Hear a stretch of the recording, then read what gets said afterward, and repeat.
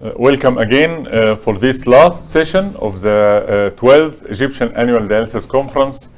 It's my honor to present the next speaker. He is one of the eminent speakers in nephrology, not only in Egypt, but also in the Arab world and the African world. Professor Hisham Sayed, Professor of Nephrology at Shams University. He is a pioneer in hemodialysis, and he has a scope for himself in the field of hemodialysis technology, hemodialysis improvement, and in the field of nephrology as a whole. Professor Hisham Sayed will speak today about a very important issue that it's interesting for all nephrologists in all those who work on dialysis, which is hemodialysis, hemofilter selection. Professor Hisham. Thank you very much.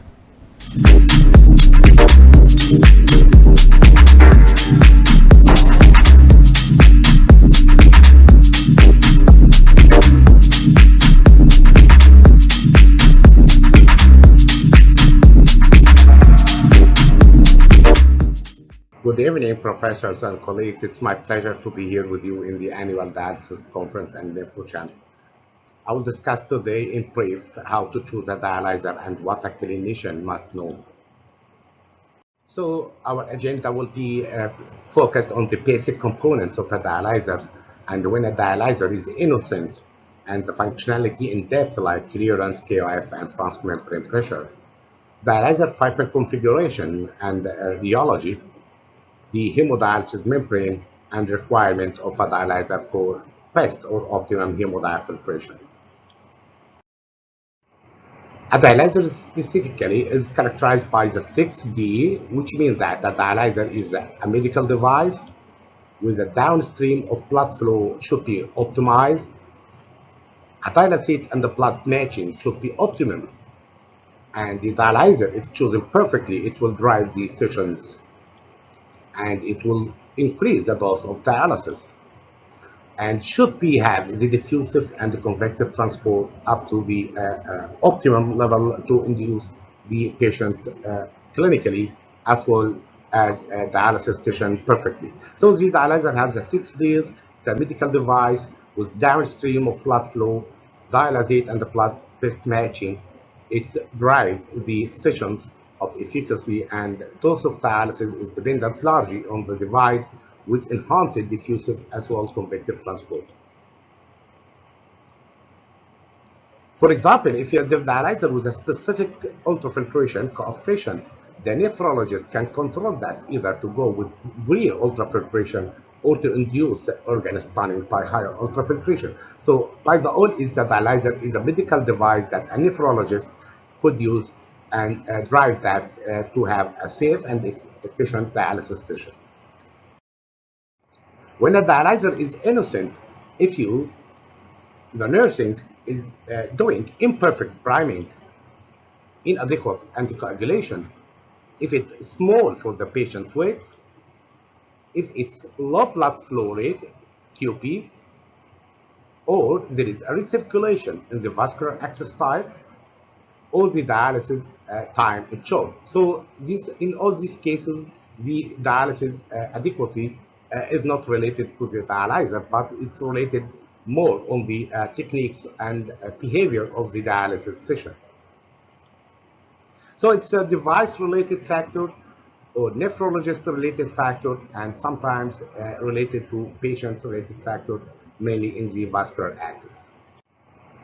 So when a dialyzer is innocent, in particular, we'll focus on recirculation. We have two types of recirculation, either the short loop recirculation and long loop recirculation.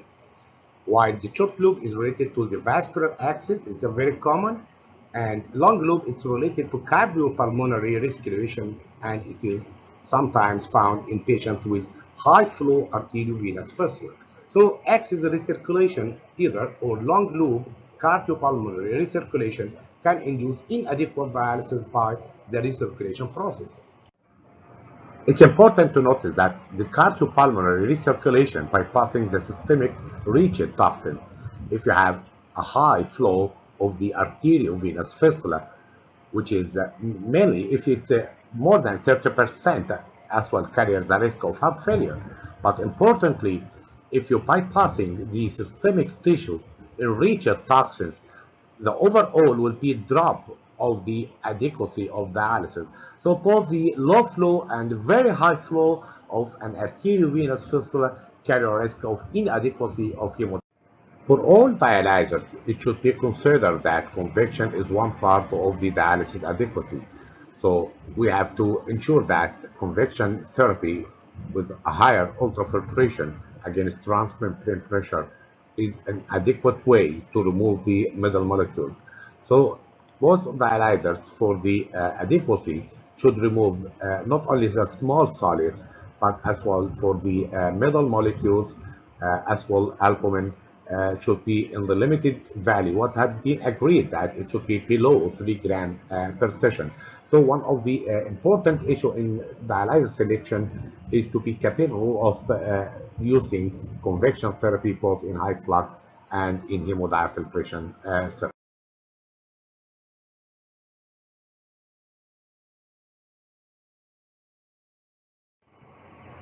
The surface area defining the dose of dialysis, so bigger surface area is required to achieve the optimum dose in adults. It's usually above 1.6 in adult patients square meter surface area. If you are using hemodiafiltration, larger filters will be required to achieve the high ultrafiltration and substitution. Always personalize the hemodialysis patients, taking in account the risk assessment planning and monitoring. Choose a high-risk patient to have a hemodiafiltration, for example, or increasing the dose of dialysis by bigger surface area. You can either individualize your patient by the dialyzer surface area, dialyzer type, sterilization type, and dialysate composition as well. Looking in depth inside the dialyzer, dialyzer flux or permeability, it's an old identification was based on just the KOF. Nowadays, the dialyzer identification or permeability depends on the beta-2 microglobin and sieving coefficient criteria. Subsequently, the dialyzer flux and protein leaking membrane depend on the water permeability, beta-2 microglobin removal, as well as albumin parameters, sieving coefficient. Looking in depth in KOF and KOF maximum, the KOF or dialyzer ultrafiltration coefficient is defined by how much volume of fluids is removed per transmembrane pressure, while the A is the surface area of the dialyzer. Value. It depends largely on the transmembrane pressure. So sometimes it's a parabolic, or meaning that you have an average of KOF against the transmembrane pressure. If the patient has a high viscosity or the filter geometry is changing, the KOF is changing. And it's never linear, it's only linear for water. But when you are using in vivo or in the patient blood, whenever the transmembrane pressure is less than 300 millimeter mercury, so the dialysis usually ultrafiltration is optimum. So beginning from 200 millimeter mercury and above, the transmembrane pressure will be higher and the efficacy of dialysis will drop.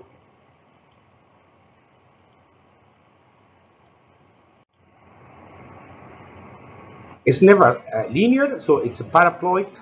According to the transmembrane pressure applied, you have a specific ultrafiltration increasing the transmembrane pressure will drop down the ultrafiltration rate. So usually in this area is the maximum KOF.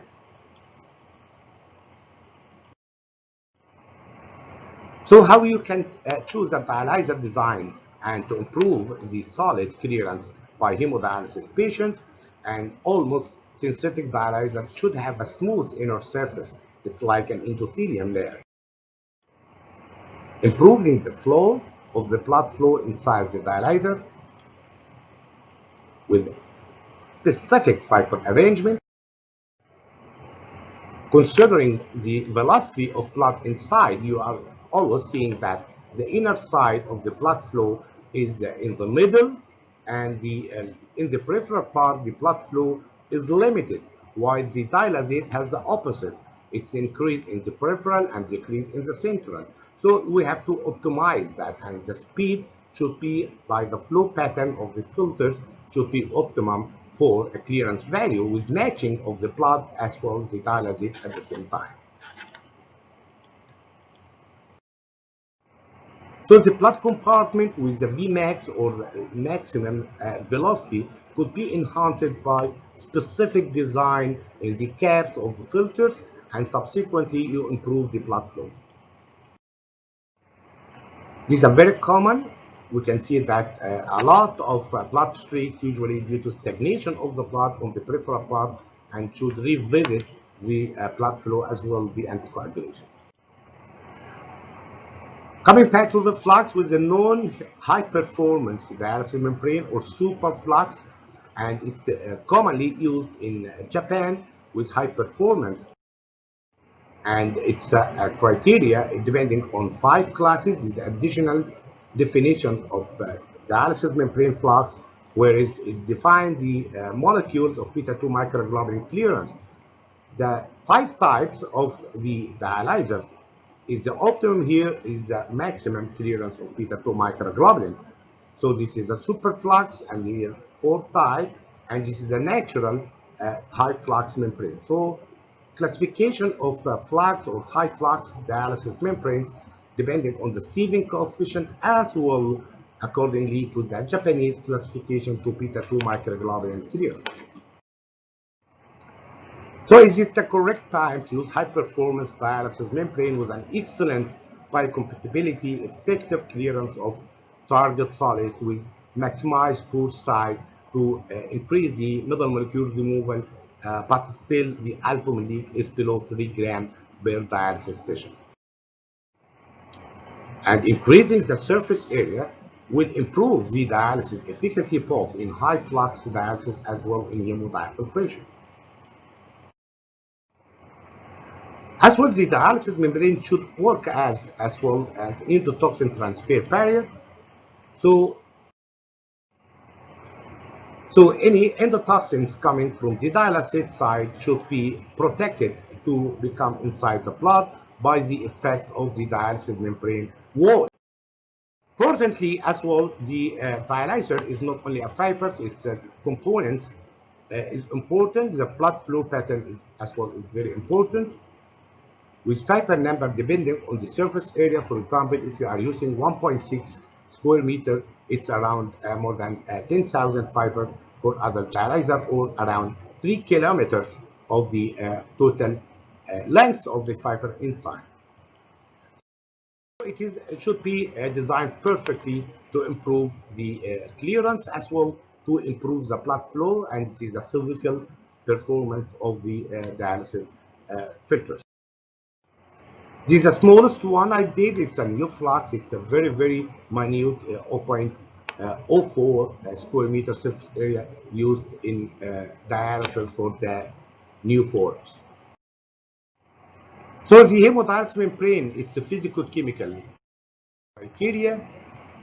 The ideal membrane should be biocompatible, optimum ultrafiltration, characterized by excellent diffusive and convective, resistant to chemical and physical sterilization with an optimum permeability profile. So you can use it as high flux or hemodiafiltration at the same time. The membrane innovation to remove extra toxins with increasing the porosity, so increasing the blood flow as well the increasing the pore diameter. It's a big word for a larger porosity of the dialysis membrane running now. Considering the sterilization type, we have steam, radiation, and electron beam. And steam, you have an autoclaving or inline or direct flow steam sterilization.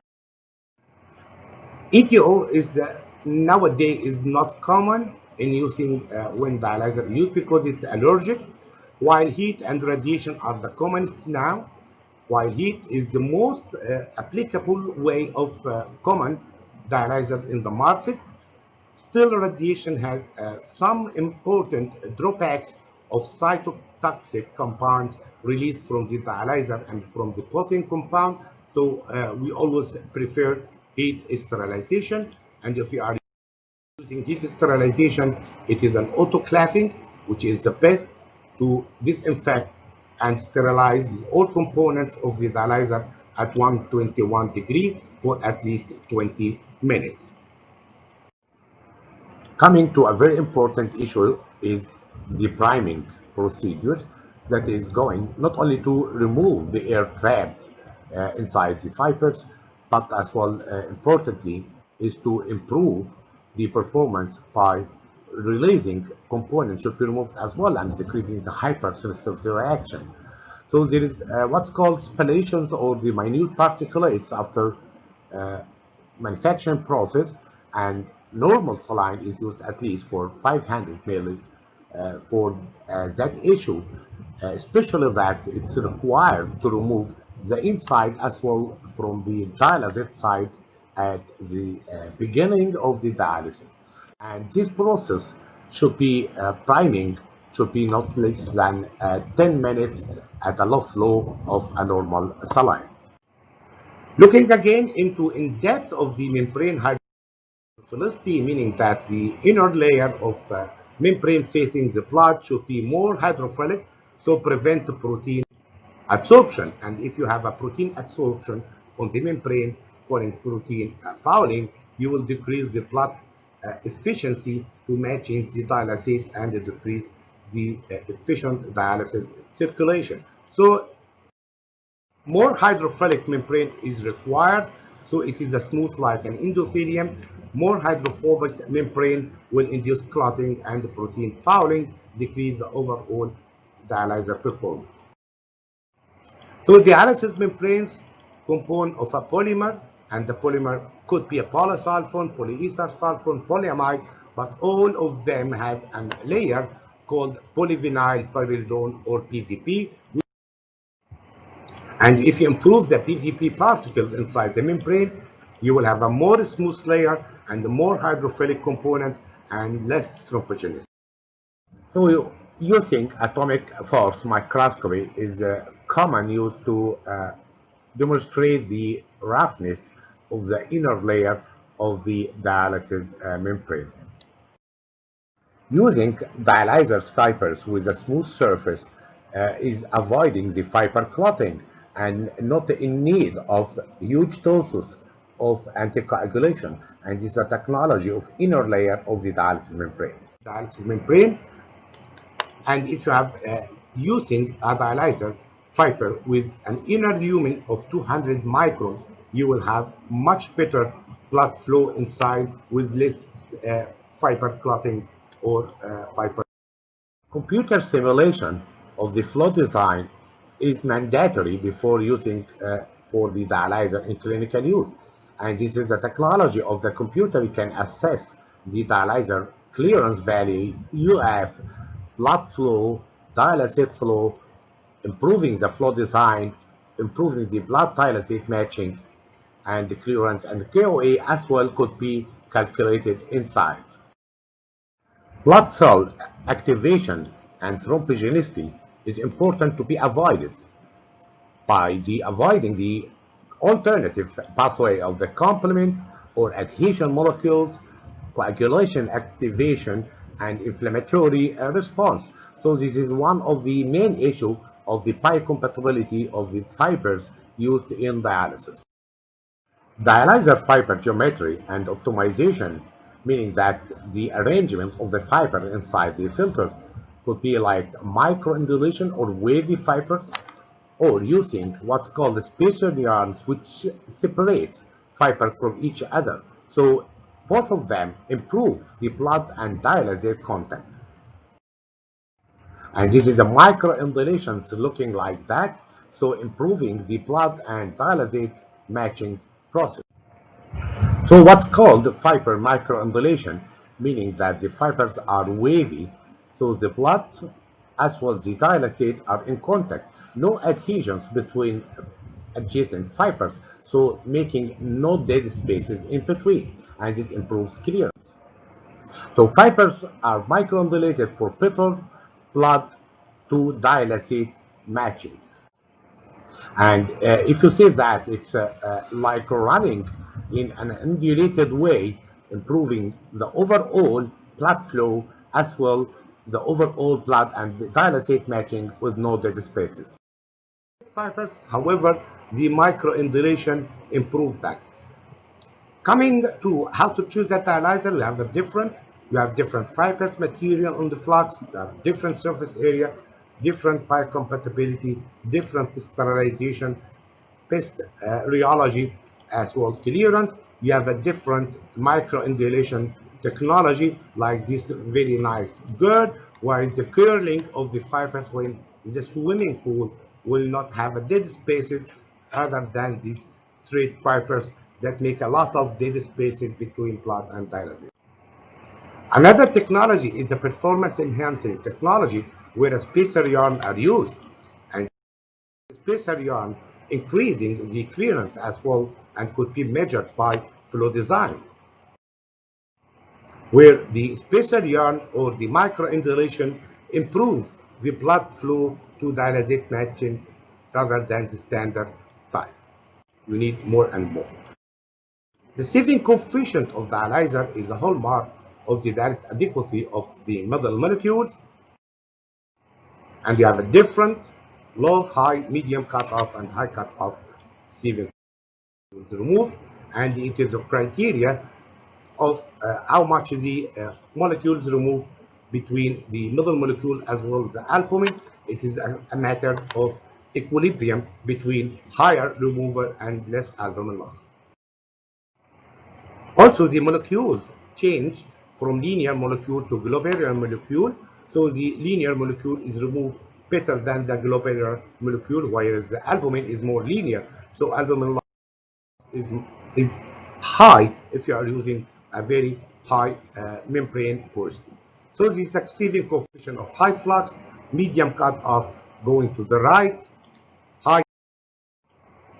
So the high cutoff membrane, I think it's not in common use because the albumin loss here is more than 7 cutoff moving as well to the right, and the albumin loss during dialysis is limiting to be less than 3 grams per session.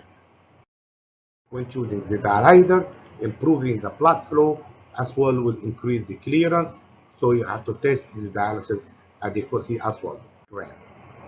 With severe pack filtration, you may have an endotoxin transfer and this induce pyrogenic reaction.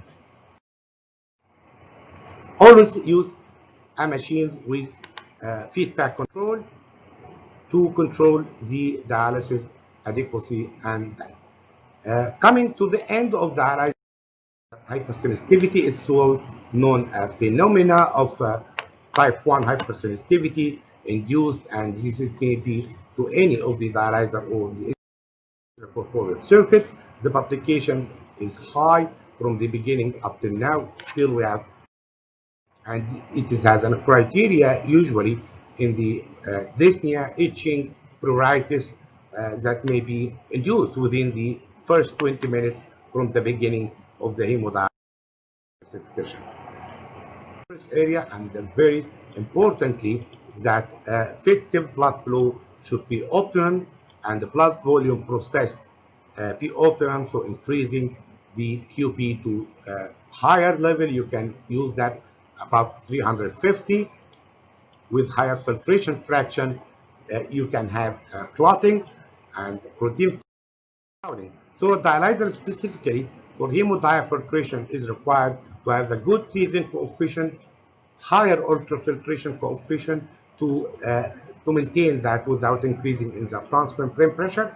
So using the machine in automated mode, you can have the maximum QF. If you have a vascular access weakness or small dialyzer or shorter time, you have to revisit your hemodiafiltration prescription. So this is the filtration fraction, importantly to have the maximum ultrafiltration against transmembrane pressure in hemodiafiltration, and this filtration fraction should be optimum.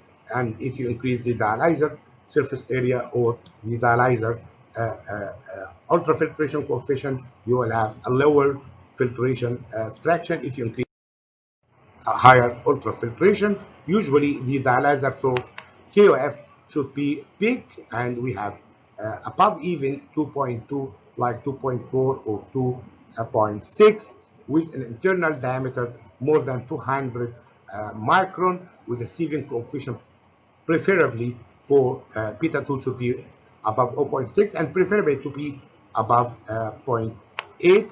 Use large needles, and you can do post and pre-dilution in that way. And hemodiafiltration, high efficient, use larger dialyzer, more hydrophilic nature, and higher ultrafiltration, so decreasing the transmembrane pressure, and you can have the high efficient one of hemodiafiltration therapy. So at the end, more patients are still coming for the hemodialysis journey. Expected 5 million on 2025, pushing toward a dialysis better we are seeking for, and thank you very much.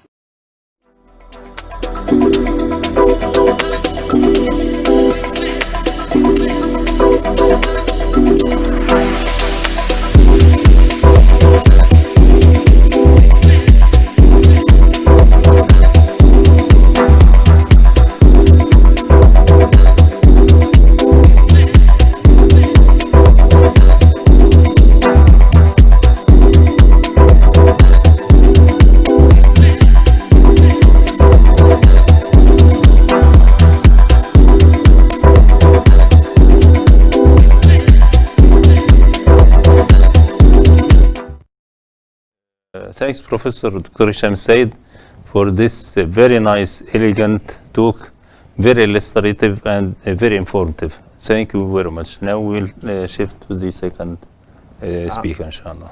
I am very happy to present our next speaker, very special guest from the United States, Dr. Adalia Dawood.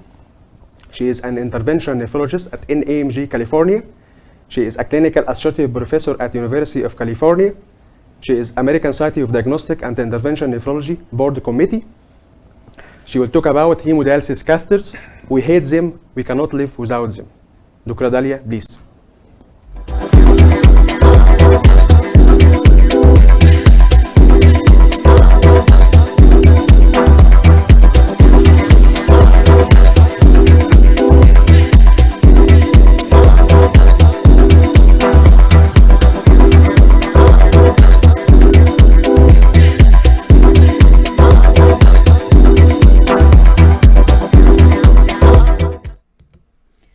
Bismillahirrahmanirrahim. My name is Dalia Dawood. I'm an intervention nephrologist at NMG Access Center and clinical assistant professor at UCR, California, USA. I would like to start my presentation by thanking Dr. Magdi Ashurqawi and the organizing committee for inviting me third year in a row to this prestigious conference.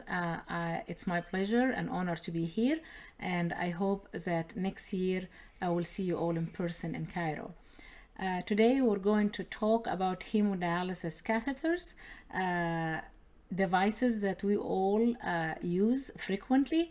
I like to use the slogan of hemodialysis catheters. We hate them, but cannot live without them.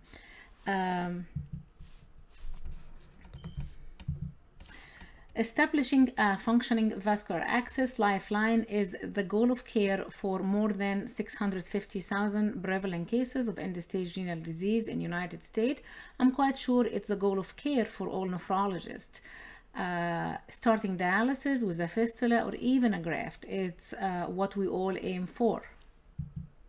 Unfortunately, many of our patients with or without education will require an urgent start to dialysis, and frequently we end up with dialysis catheter, temporary or tunneled, when we initiate renal replacement therapy. Complication of a device is the second most common clinical condition for hospitalization, readmission, and ER visit in a patient with end-stage renal disease, and device mainly is a catheter. I I spoke to one of my colleagues in Egypt a couple of days ago to get more clear perspective about the data from Cairo or from Egypt about catheter infection and malfunction, and he actually shared that on daily basis on his institution there is one admission at least for catheter infection or malfunction. Like I said, catheter complications always going to be an issue with those devices, but on the other hand, we need them to start dialysis when patients don't have an access. Tunnel dialysis catheters or temporary dialysis catheter, as I just mentioned, have an issue with high infection rates, but these infections actually could be fatal with a very fatal complications such as infective endocarditis or osteomyelitis. Beside infection, there frequently an issue with a poor flow and inadequate dialysis because the formation of fibrin sheath, which actually has a long-term sequelae that sometimes lead to complete central venous stenosis and dysfunctional future accesses. Is not only about complications. As I mentioned, sometimes those complications could be fatal.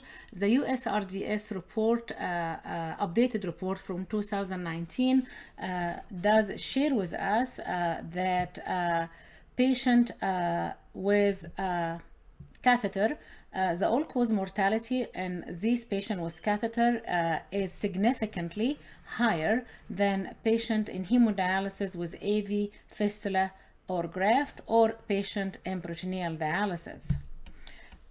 So when we talk about mortality, we are talking about loss, human loss, life loss. So having a strategy to prevent such loss has to be in place.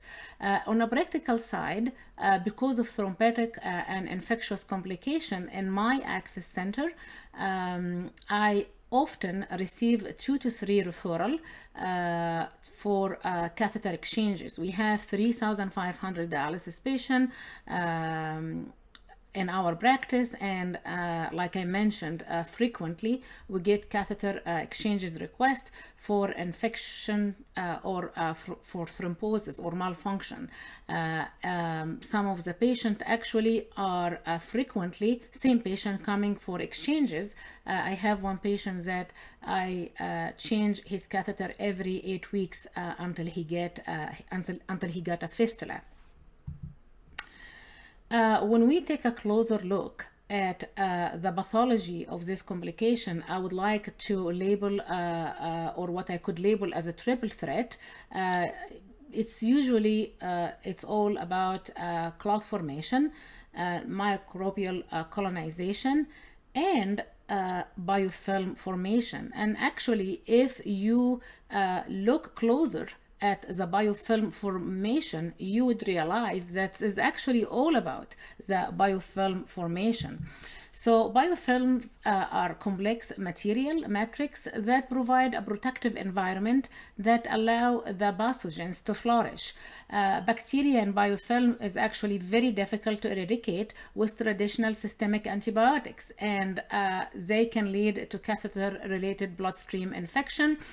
Candida species in particular is resistant to many of antimicrobial agents and is associated with 9% of central line infection, and the mortality rate in patients who are infected by or their catheter are colonized by Candida is up to 30%, which means every 10 patients you would lose 3 of them.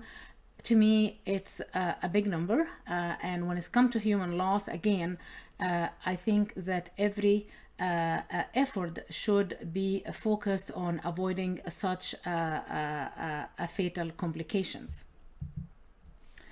Look-in solutions we all familiar with them. It has been an effective strategy for prevention of CVC complications.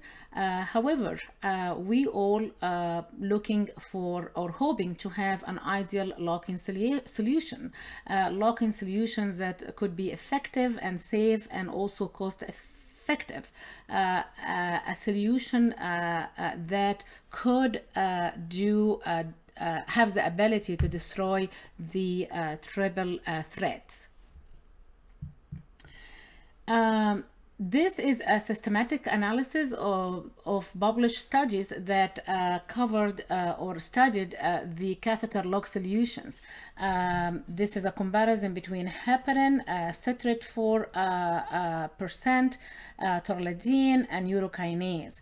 And as you see, the comparison did compare them with regard to cost, adverse event, hits, bleeding, malfunction, and risk of infection. And as you see, all of them have area of strength and area of weakness. All of them have pros and cons.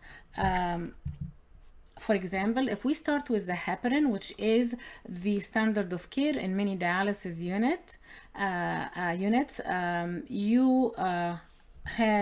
you will see an issue with risk of bleeding and interfering with a specific lab, specifically in patient with conditions that require chronic anticoagulation with Coumadin. You have also the issues with possibility of heparin-induced thrombocytopenia, and on top of all of that, there is a very unique fact about heparin that it's oligosaccharides, it's sugar, it's sugar. So if I was a bacteria, I would love that you lock my catheter with heparin because it's an ideal nutrient for microbes.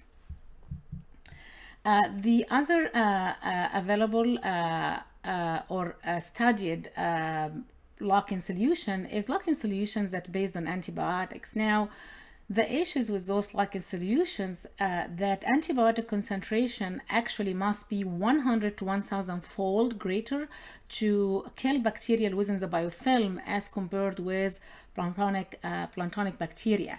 And even if we were able to achieve that concentration, there is reported failure rate of up to 30% of treatments that eventually lead to removal of the device. So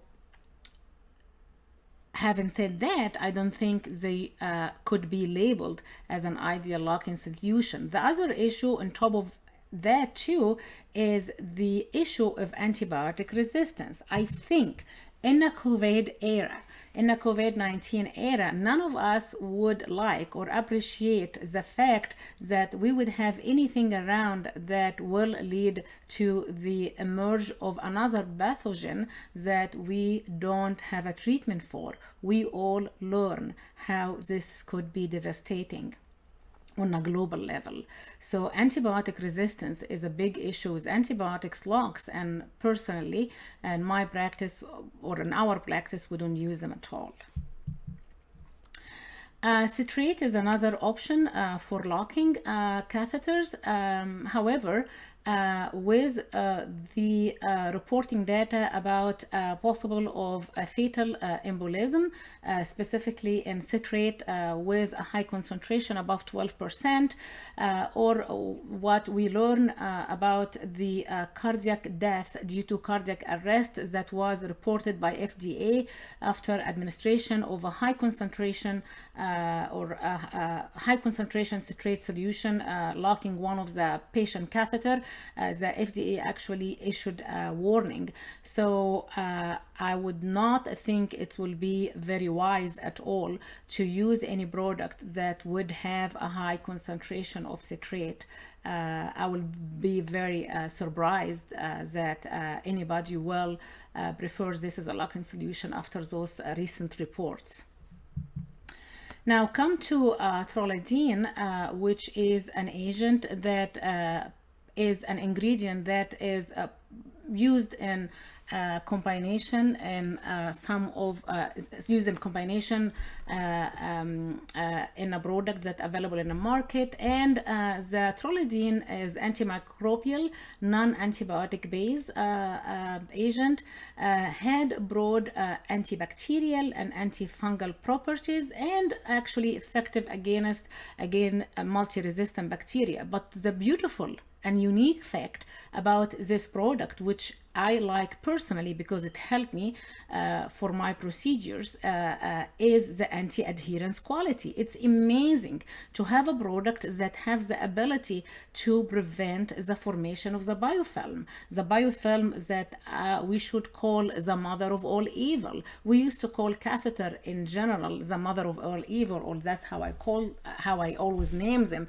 But actually, the catheter being the mother of all evil is because the presence of the biofilm that is kind of the raw material for the infection because of the bacteria. And also, if you read in depth about fibrin sheath and malfunction, it's also again the biofilm. So if I have a product that has the ability or the unique quality of preventing the formation of the biofilm, I think this will be amazing.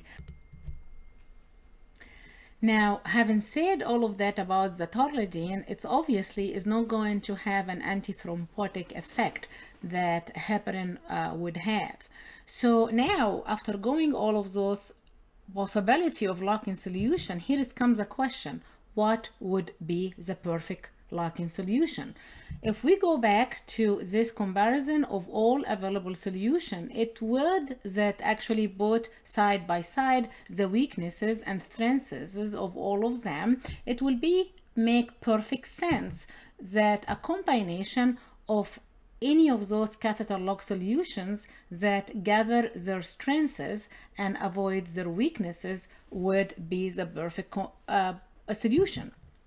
So if you look here at this slide, you can see if you combine the Trolidine and citrate 4%, low concentration, and the heparin, you would have the prevention of bacterial biofilm, and you would have the prevention of thrombus. And if you combine Trolidine with urokinase, you would have the prevention of biofilm and prevention of fibrin sheath and thrombus formation. So it really makes sense to combine those products to come up with the perfect lock-in solution. If you look at this study that compared heparin with Trolidine citrate heparin combination, you would see that this combination actually has the ability to kill bacteria within 2 hours in comparison to the heparin, which in 24 hours you can see the flourishing back of all these bacteria. I want to thank Dr. Ahmed Imara, who actually did share with me his local work in Cairo, Egypt, where he did a study to compare Trolidine citrate heparin combination with heparin alone as a lock-in solution in his patient. And he focused on catheter-related bloodstream infection rate. And you can see here the stunning result and amazing 3.3% in the Trolidine citrate heparin arm in comparison with 30% when it's come to incidence of catheter-related bloodstream infection. It's 10 times more, almost 10 times more.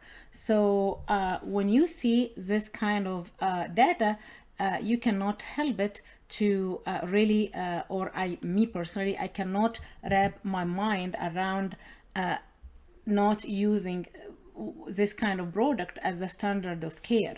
It's a product that does not have side effect in vitro. It's actually in vivo, it will be transformed to amino acid.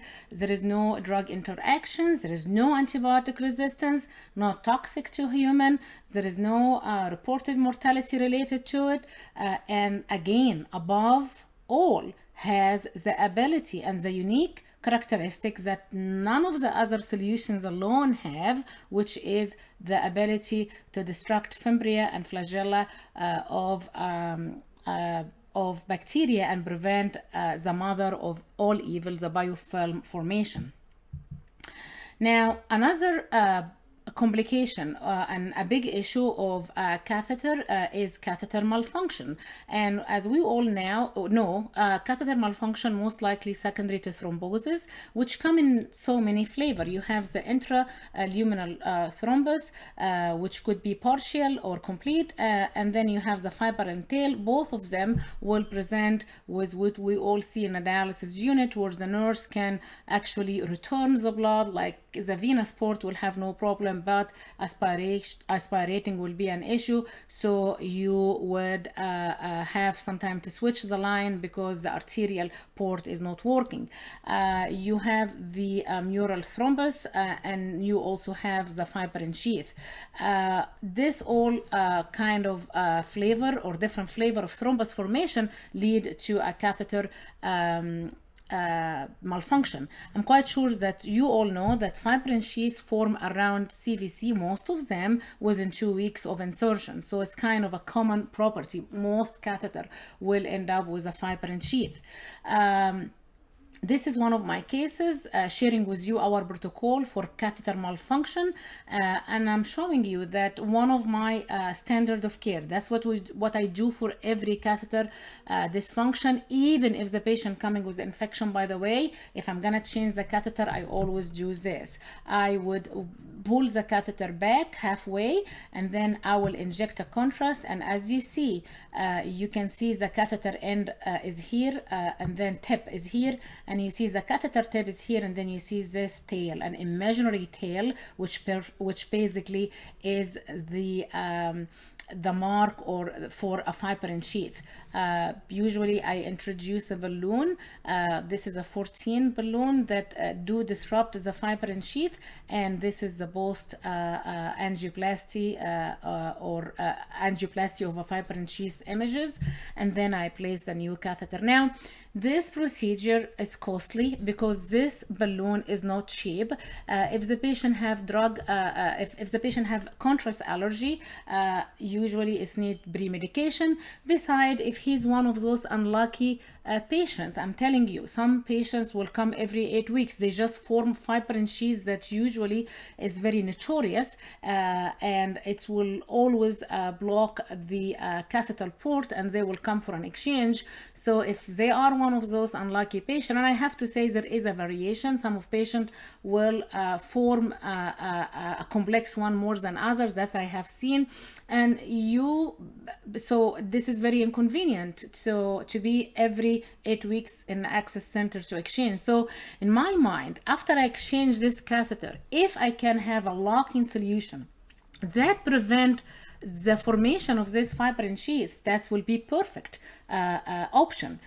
Central venous stenosis, it's another sequelae, and that's another thing that I want everybody to remember. Fibrin sheath is not only about the dysfunction of the catheter. There is a long-term consequences. So when you see a fibrin sheath, if you remove a catheter, usually there is a fibrin sheath left behind if the catheter never been exchanged or the fibrin sheath was not interrupted. And what those fibrin sheaths cause, it can cause central venous stenosis.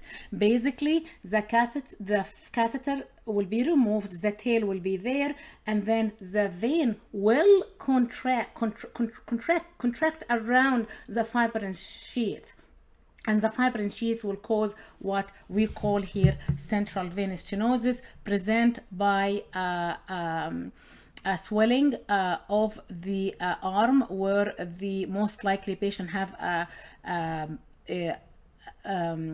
like an access here, because some patient will have central venous stenosis. If they don't have access, they can have collateral systems that can overcome the stenosis. But if the patient have an access with a high flow, usually you end up with a swelling of the arm because you overwhelm the collateral system. Here is 100% occlusion in this case. I had to use to pass a wire and be able to angioplasty, and you look, it's amazing how it looks after. But I can tell you that this patient will be the guest of honor in the Access Center every 3 months, because those are notorious of coming back. And then you come to the question, shall I place a stent? Well, if you place per metal, they have a horrible outcome. We all know that they clot again. And then if you placed a covered stent, you will end up jacking and occluding the internal jugular. So no opportunity for a new catheter if the patient need in the future. So it's a big, huge dilemma. I don't want to be there. And again, if I have any product that could lock those catheter after exchange, I'm for it. So this is another case where the patient have a catheter, a long-term catheter in a femoral vein, and then finally he end up with a graft. Once he has the graft in the high flow, he develops swelling. As you see, almost 100% occlusion of the outflow vein, and this is actually after angioplasty, and we had to place a stent placement. Otherwise, this patient will be in the Access Center every 4 weeks, and you see after result. Again, a costly procedure, very inconvenient. The period that he was living with this was not very pleasant. Actually, he was misdiagnosed initially. They told him that this might be an infection, but like I said, if I have an option to avoid this, I'm for it.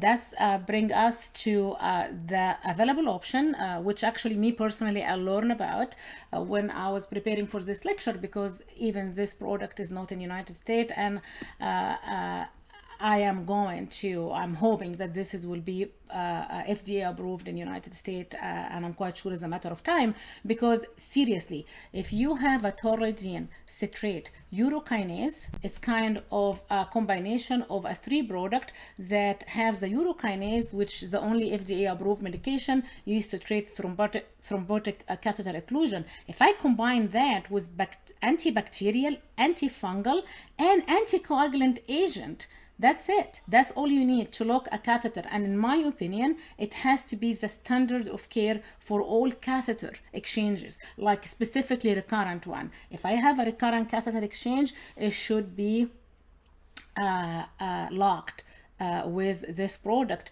to prevent the patient from recurrent fibrin cheese formation, biofilm formation, and thrombosis, and also infection, since again it prevents the biofilm that is full of bacteria. That's conclude our lecture for today, and I again want to thank the committee for inviting me. I would love to honor my dad, Dr. Dawood, a dialysis patient who was looked after by Dr. Magdi Sharqawi for most years of his illness. Dr. Assam Khadr also, God bless his soul, took care of him, and both of them, Dr. Magdi Sharqawi and Dr. Assam, did arrange for his transplant when I was in Egypt. I always like to bring his memory because I know I come along like very passionate, and it's real, because having a dialysis patient at home for so many years would make you understand it's not an easy journey, and if anything I can do to relieve their pain, decrease their mortality, decrease their morbidity, and give them a better quality of life, I would do.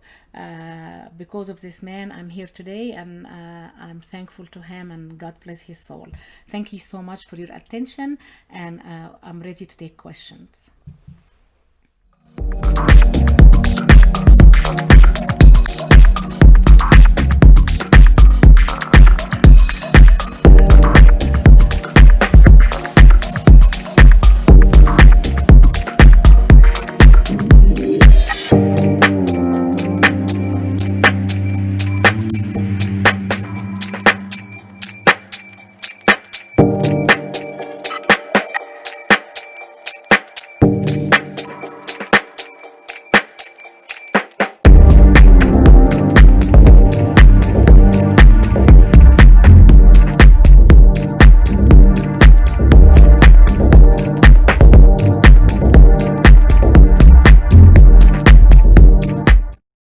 Thank you very much, Professor Dr. Dalia. First, we are missing you here in Cairo. We used to be with us every year. Hopefully that we can meet physically next week. Your taught this day is more than elegant, very coming from a very deep experiences.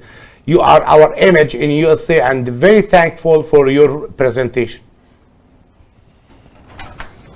Now we'll shift to the next speaker, Professor Amr Al-Husseini. He's a professor of medicine and Department of Internal Medicine, Division of Nephrology, Bone and Mineral Metabolism, University of Kentucky College for Medicine. And he's also professor of medicine, nephrology, Mansoura Urology and Nephrology Center. He is a member in many of the elite nephrology societies. He will speak about the utility of non-invasive biomarkers in chronic kidney disease, metabolic. He changed the yes to sodium glucose transport inhibitor. That's okay. He just updated that he cannot present this topic. He'll present about sodium glucose transport inhibitor and update regarding chronic kidney disease. Which is a good topic, yeah. Very recent topic.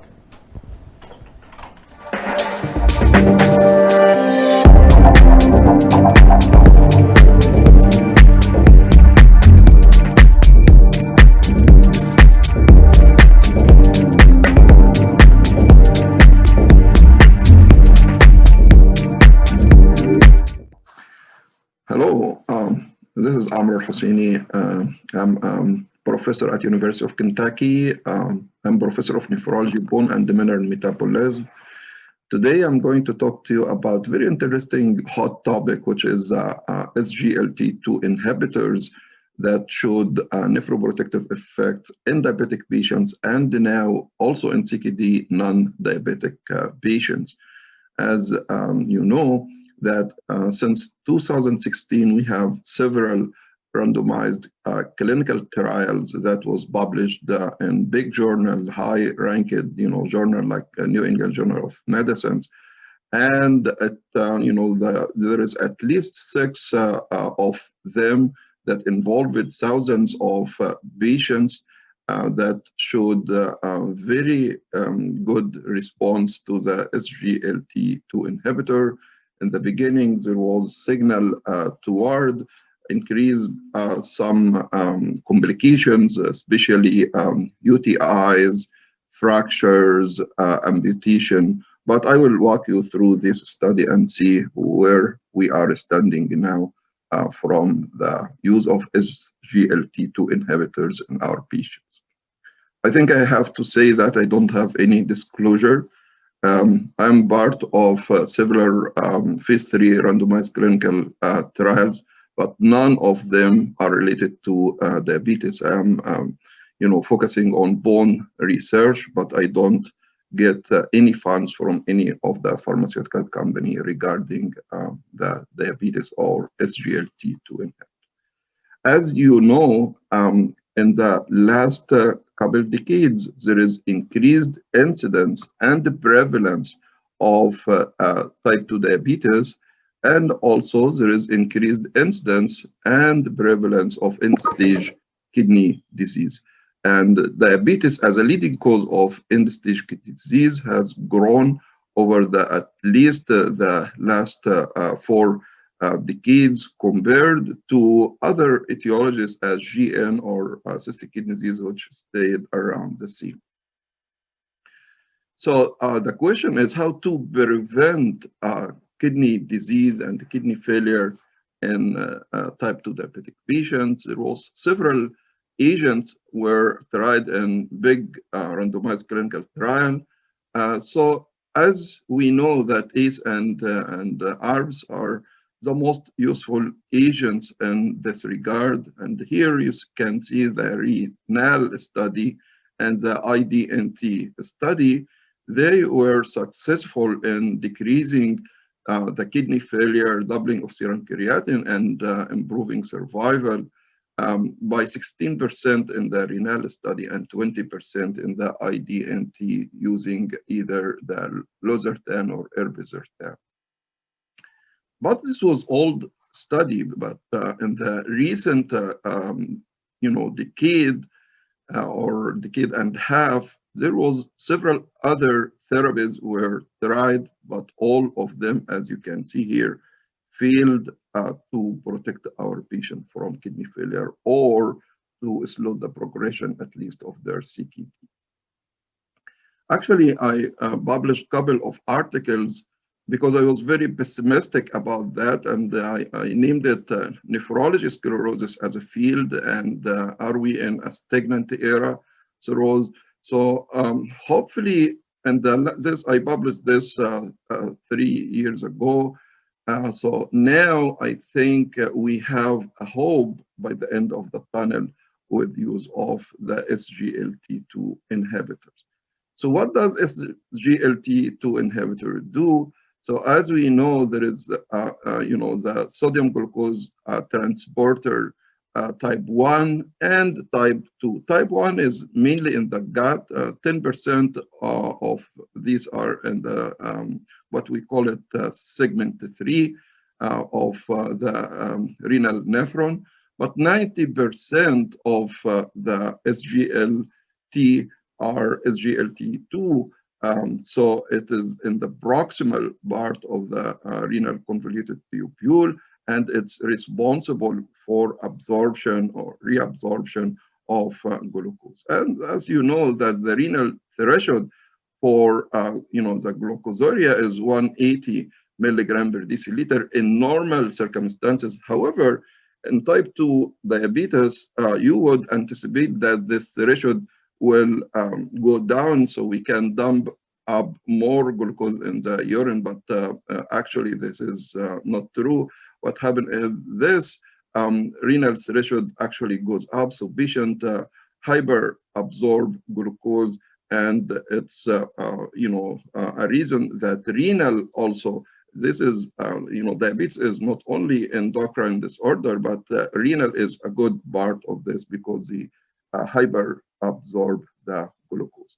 So the idea was with using SGLT2 inhibitor is try to normalize this glucose reabsorption and try to dump up more glucose in the urine by inhibiting the sodium glucose co-transporter type 1. So they are all named fluorosis, and it actually comes out from an apple tree that was discovered in 1935. And currently, at least at United States, we have 4 FDA approved SGLT2 inhibitor. The first one was canagliflozin, then dapagliflozin, then EMBA, and now we have also the ertugriflozin. So we have at least 4 of them. So is the renal protection or the mechanism of action of these agents are limited to the glucosuria? I think we are learning more and more now about this agent, and it seems that they don't only decrease the caloric load and the glucose reabsorption, but also it inhibits the RAS system. It's very important because it's also causes osmotic diuresis. So it's indirect diuretic. It decreases the albuminuria. It has antioxidant mechanism, and it decreases the arterial stiffness and the blood pressure. And moreover, also it can have anti-inflammatory properties. So it's not only proposed that it's good for the kidney, but also it's good for the heart, for the brain. It decreases the hyperinsulinemia, the hyperlipidemia. It improves the renal circulation. It increases the sodium excretion in the urine, improve vascular compliance and reactivity, and decrease the vascular wall stiffness and the stress on the heart. So the benefit is not only related directly to the glucose excretion in the urine, but beyond. Okay, let us focus now on the major clinical studies. We have 6 major clinical studies that has been published, as you see here, started from the EMBEREG, then CANVAS and DECLARE.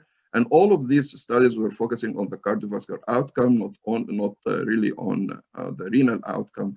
Then last year, Credence, one of the very, very nice big study that was focusing on patients with nephropathy, mainly patients with proteinuria. Then this year, just August, 2 months ago, the DABA heart failure study was published. And as you see, all of them has been published in the New England Journal of Medicine. Then last month, just 10 days ago, the DABA CKD study was published. So the Credence and the DABA CKD were mainly focusing on the renal outcome and the renal patient, and the DABA heart failure and the prior study focused on cardiovascular outcomes. Here is just a cartoon that describes how these studies were selected, their patient population. As you see, the initial studies, it depends on the albuminuria and the kidney function. The initial studies, the Credence, the EMBA, REG, and the DECLARE, they enrolled the patient with at least GFR of 60, and the majority of patients has normal or near normal kidney function, or sometimes they are hyperfiltering and the GFR is actually higher. But the Credence study was the first study that included patients only with nephropathy, so included patient with proteinuria at least 300 milligram, and also the GFR, they went down to 30, so they included patient from eGFR of 30 to 90. Then the DABA CKD trial that was published 10 days ago showed that also you can use this in GFR down to 25. So they only recruited patients with eGFR between 25 and 75, and with proteinuria at least 200 milligram per deciliter. And here is a composite endpoint at different stages of kidney function in the prior study, the EMBA-REG, the DECLARE, and the CANVAS. And as you can see here, you see risk reduction in different stages of kidney function. But the initial studies showed some concern about limb amputation and toe amputation. There was almost two double hazard ratio of using the canagliflozin in diabetic patient in the CANVAS study. So this was a red flag in this study. So let us focus now on the renal studies, the Credence, then the CKD, the DABA CKD study. The Credence study involved more than 4,400 patients with type 2 diabetes, and the urinary albumin-creatinine ratio all are more than 300 milligram, mean GFR about 57 ml per minute, and mean albuminuria is about 1 gram. And the primary endpoint was mainly focusing on the kidney, end-stage kidney disease, doubling serum creatinine, or renal or cardiovascular death. And here the mean A1C for this Credence trial patient were 8.3, so their glucose wasn't properly controlled. Blood pressure wasn't too bad. The mean is 140/78.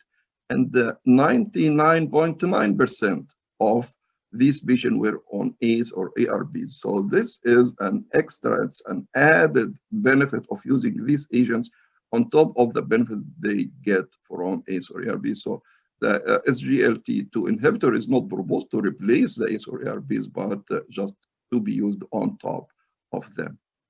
And as you can see here, the Credence study were able to decrease the primary endpoint by 30%. So the end-stage kidney disease, doubling creatinine, or renal or cardiovascular death decreased by 30%.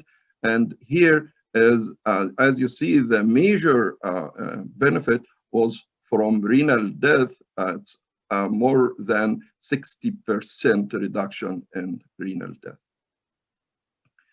So here, the main other concern of the credence study and other study was the initial decline of EGFR.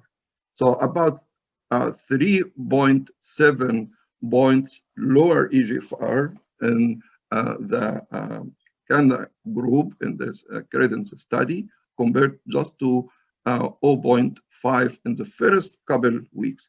However, with long-term use of the canagliflozin, it actually have 60% reduction in the rate of decline of EGFR. And I think this initial decline of GFR is very anticipated because you decrease the interglomerular tension, the interglomerular pressure, so the glomerular filtration goes down. And also showed that the albuminuria, decreased about 32% in the canagliflozin group.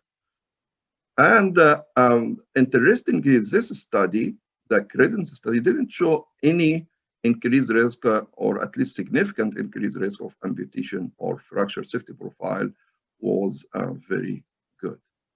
So this was published last year, early last year, and right after that, the ADA, the American Diabetes Association, it changed or updated their guidelines in June 2019, and they said for type 2 diabetic patient with chronic, with any kind of kidney disease, consider use of SGLT2 inhibitor if the GFR is more than 30%, especially with those with proteinuria of at least 300 milligram per gram, to reduce or slow the progression of the kidney disease and to improve the patient survival.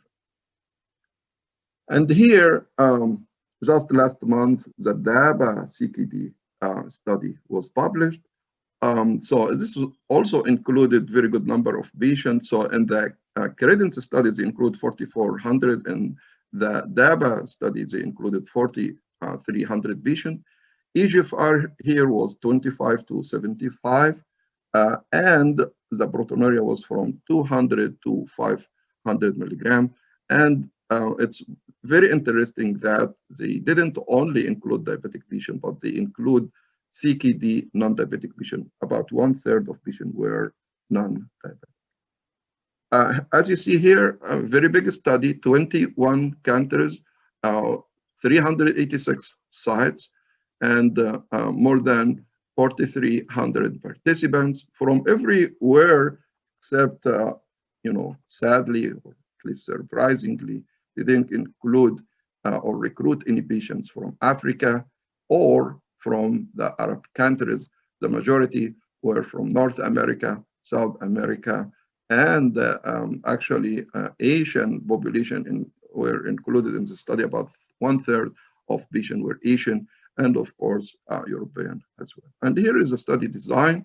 So they included only adults, so age at least 18, and EGFR between 25 to 75, and urine album creatinine ratio at least 200 up to 5,000, and stable patient on maximal tolerated dose of ACE inhibitor or ARBs for at least 4 weeks. They ruled out type 1 diabetic, polycystic kidney disease, lupus nephritis, or ANCA-associated vasculitis, or any patient was on immunosuppressive medication within the last 6 months. They give 2 weeks of screening period, then they random the patient either to 10 milligram of dapagliflozin or placebo, and it was intention to treat the study. And here is the patient characteristics. The mean age was about 61 years old, and a majority were men, majority were white. So you can see here the black people, just very small percentage, about 1/3 Asian. They are, majority of them are obese, BMI of 29, smoking history just in 13%, blood pressure was well controlled in both groups. And here, interestingly, you can see the GFR. So the mean GFR was about 43 in both groups. And if you see the GFR of less than 30, about 14% of the whole study population had EGFR less than 30%, so we have at least a stage 4 CKD. And here is a proteinuria or albuminuria, about 1 gram, about actually around 50% of the patient had more than 1 gram of protein. And as you see here, about 98% of these patients were either on ACE or ARBs. Here is the results. As you can see, the primary composite endpoint went down 39%. This means that the 50% reduction of GFR or end-stage kidney disease or death either because of renal or cardiovascular causes went down 39% in the DABA group. Here is the renal specific endpoints. As you can see also that these outcome, which is end-stage kidney disease or 50% reduction of GFR or renal death, decreased 44%, very significant. And here is a cardiovascular outcome. As you can see here, the congestive heart failure admission and death because of cardiovascular causes went down 29%. And this from any cause went down about 31%. So very amazing, very good results. And I was interested also to look to the subgroup analysis, especially diabetic versus non-diabetic. As you can see here, at least the non-diabetic patients, they have the same beneficial response, if not better, compared to diabetic patients. The other thing was the AKI, or the decrease of the serum creatinine. Initially, it's very consistent among the different study that in the first 2 weeks, there is decline 3 to 4% or points of the EGFR. Then after maybe the first year or so, you start to see the difference between the EGFR in favor of the SGLT2 inhibitors. Here is a summary of the outcome of the DABA CKD study. And as you see, the major impact was decrease of the at least 50% reduction of GFR. And of course, all of the other outcome were in favor of using the DABA gliflozin. What about safety? Well, it's actually looks like very safe, depending on the study and credence study. So discontinuation of the study medicine were it's the same in both groups. Discontinuation because of adverse events or any serious adverse events were very similar. Amputation, there was no signal for increased amputation. Fracture 4% compared to 3% in the placebo group. I think fracture, we need to study what's going on in the bone of this patient with actually long-term use of SGLT2 inhibitor. Volume depletion a little bit higher, and this is very anticipated. So we might need to tell the patient, especially if the patient doesn't have volume issue or congestive heart failure, to drink a little bit more amount of fluid, or to titrate down the diuretics, because these medications has indirect diuretic effect. So the conclusion in type 2 diabetic patient, SGLT2 inhibitor reduced the kidney disease progression, end-stage kidney disease, and cardiovascular disease. And actually in the DABA CKD study, 1/3 of these population were not diabetic. So also it did the same thing for CKD patient without diabetes. Risk and benefit must be closely evaluated in order to appropriately use SGLT2 inhibitor in CKD patient and in type 2 diabetic patient. I think now we need to focus on when and how and what is the patient population we need to use, and also focus on the long-term adverse events and the safety profile of these agents. But as you know, knowledge is of no value unless we put it in action, we put it in practice. So I think we need to get ourselves familiarized with this new agent, and hopefully we can help our patients with this agent. And thank you so much.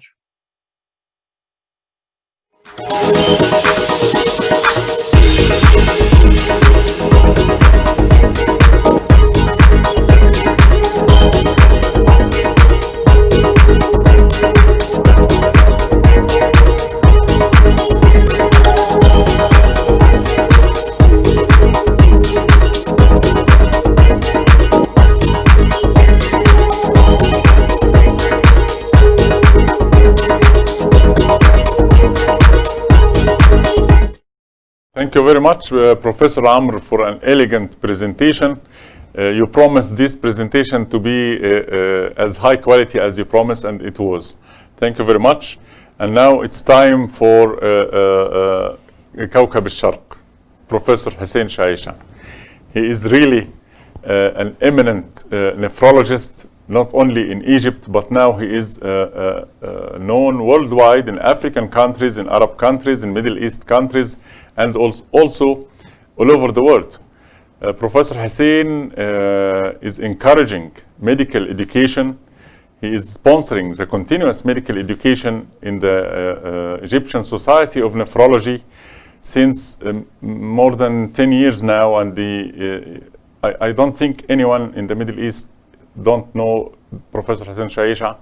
So, having said that, it's time to enjoy the last but not the least presentation of this conference. Professor Hussein Shaisha will update us on hemodialysis and CKD. Professor Hussein.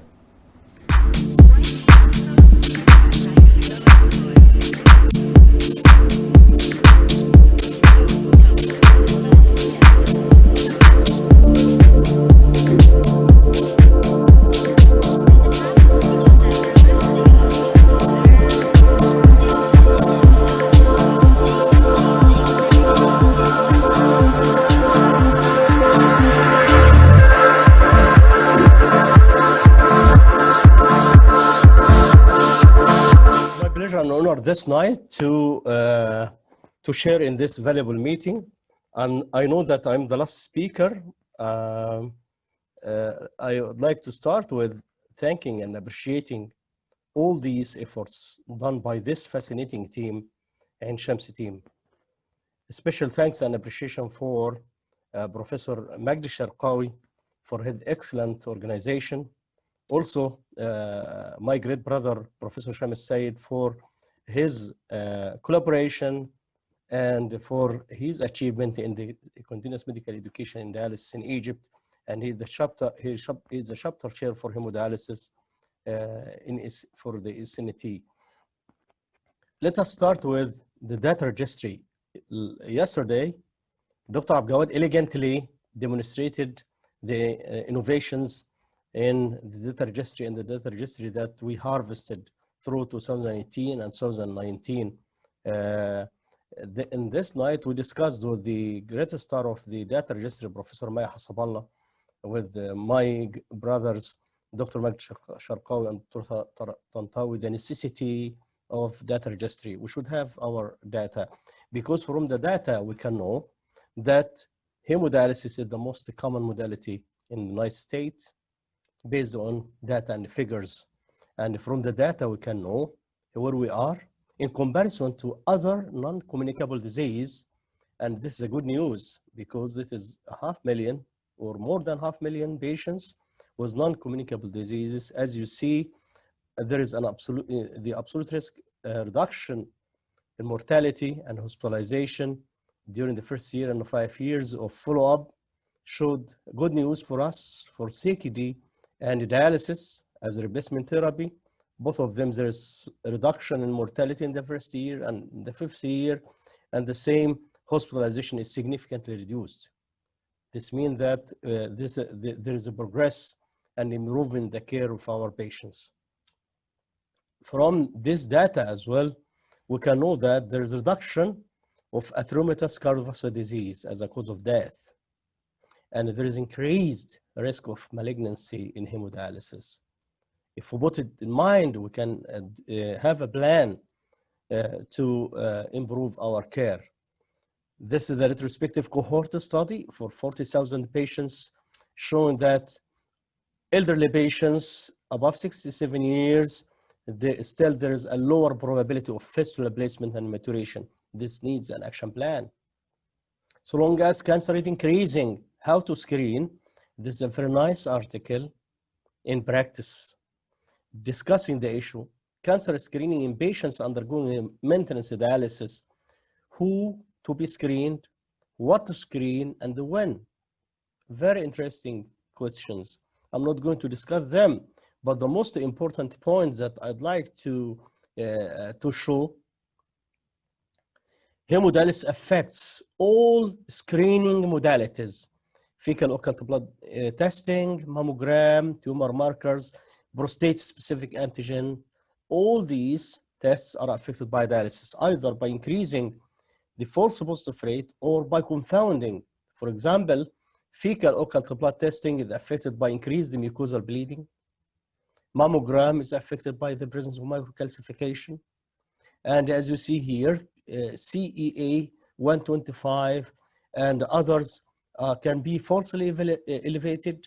Free to total BSA are not as useful in dialysis patients. To put all these data in mind.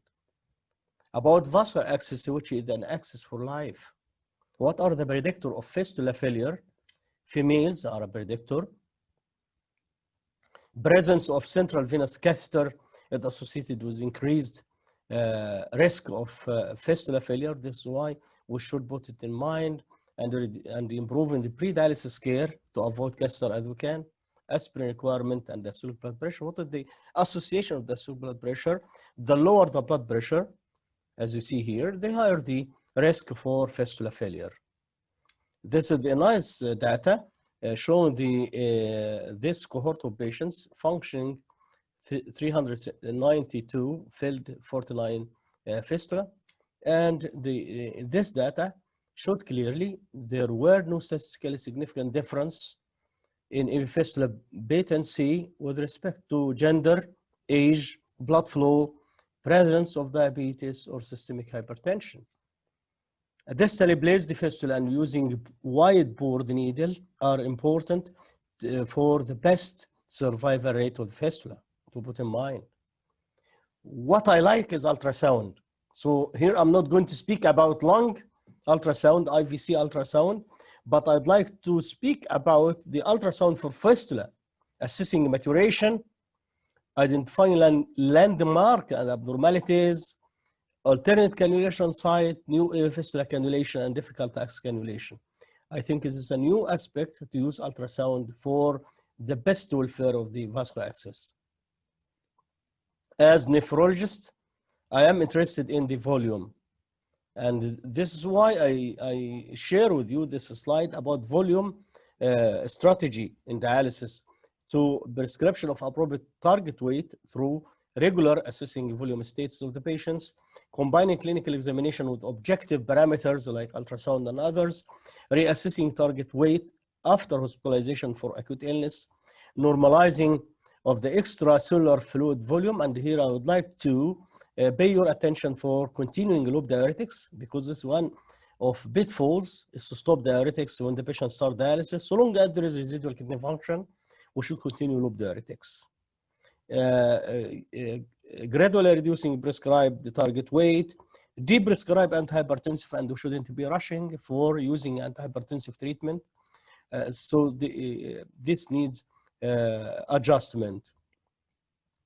Preventing intradialytic hypotension by limiting ultrafiltration rate, educating the patients, and encouraging cool dialysate. I'm interested in cooling of dialysate to the extent we have now 3 randomized controlled studies to assess cool dialysate in different domains in dialysis. Let us go to the concept, volume first. A volume first approach to hemodialysis prescription has been advocated by international experts and dialysis bodies to reverse the unacceptably poor outcome relating to inadequate volume control. To put in mind, for acute kidney injury, when to do dialysis, should do the dialysis very fast earlier after admission to ICU for any patient with acute kidney injury, or to wait until we have classic indication that we already know. So this is the randomized controlled study addressing the points standard versus accelerated initiation of dialysis, and an open label randomized controlled study in 168 hospitals, 15 countries.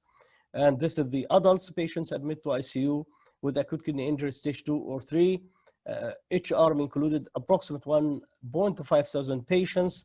And the standard of care is to do dialysis for acute kidney injury if there is hyperkalemia above 6 persistently, pH less than 7.2, severe acidosis, evidence of severe respiratory failure, pulmonary edema, acute kidney injury, at least 70 hours after randomization. As you see, no difference between both strategies. So the key message, based on this randomized study and other meta-analyses, including many studies, we shouldn't be rushing into dialysis for acute kidney injury.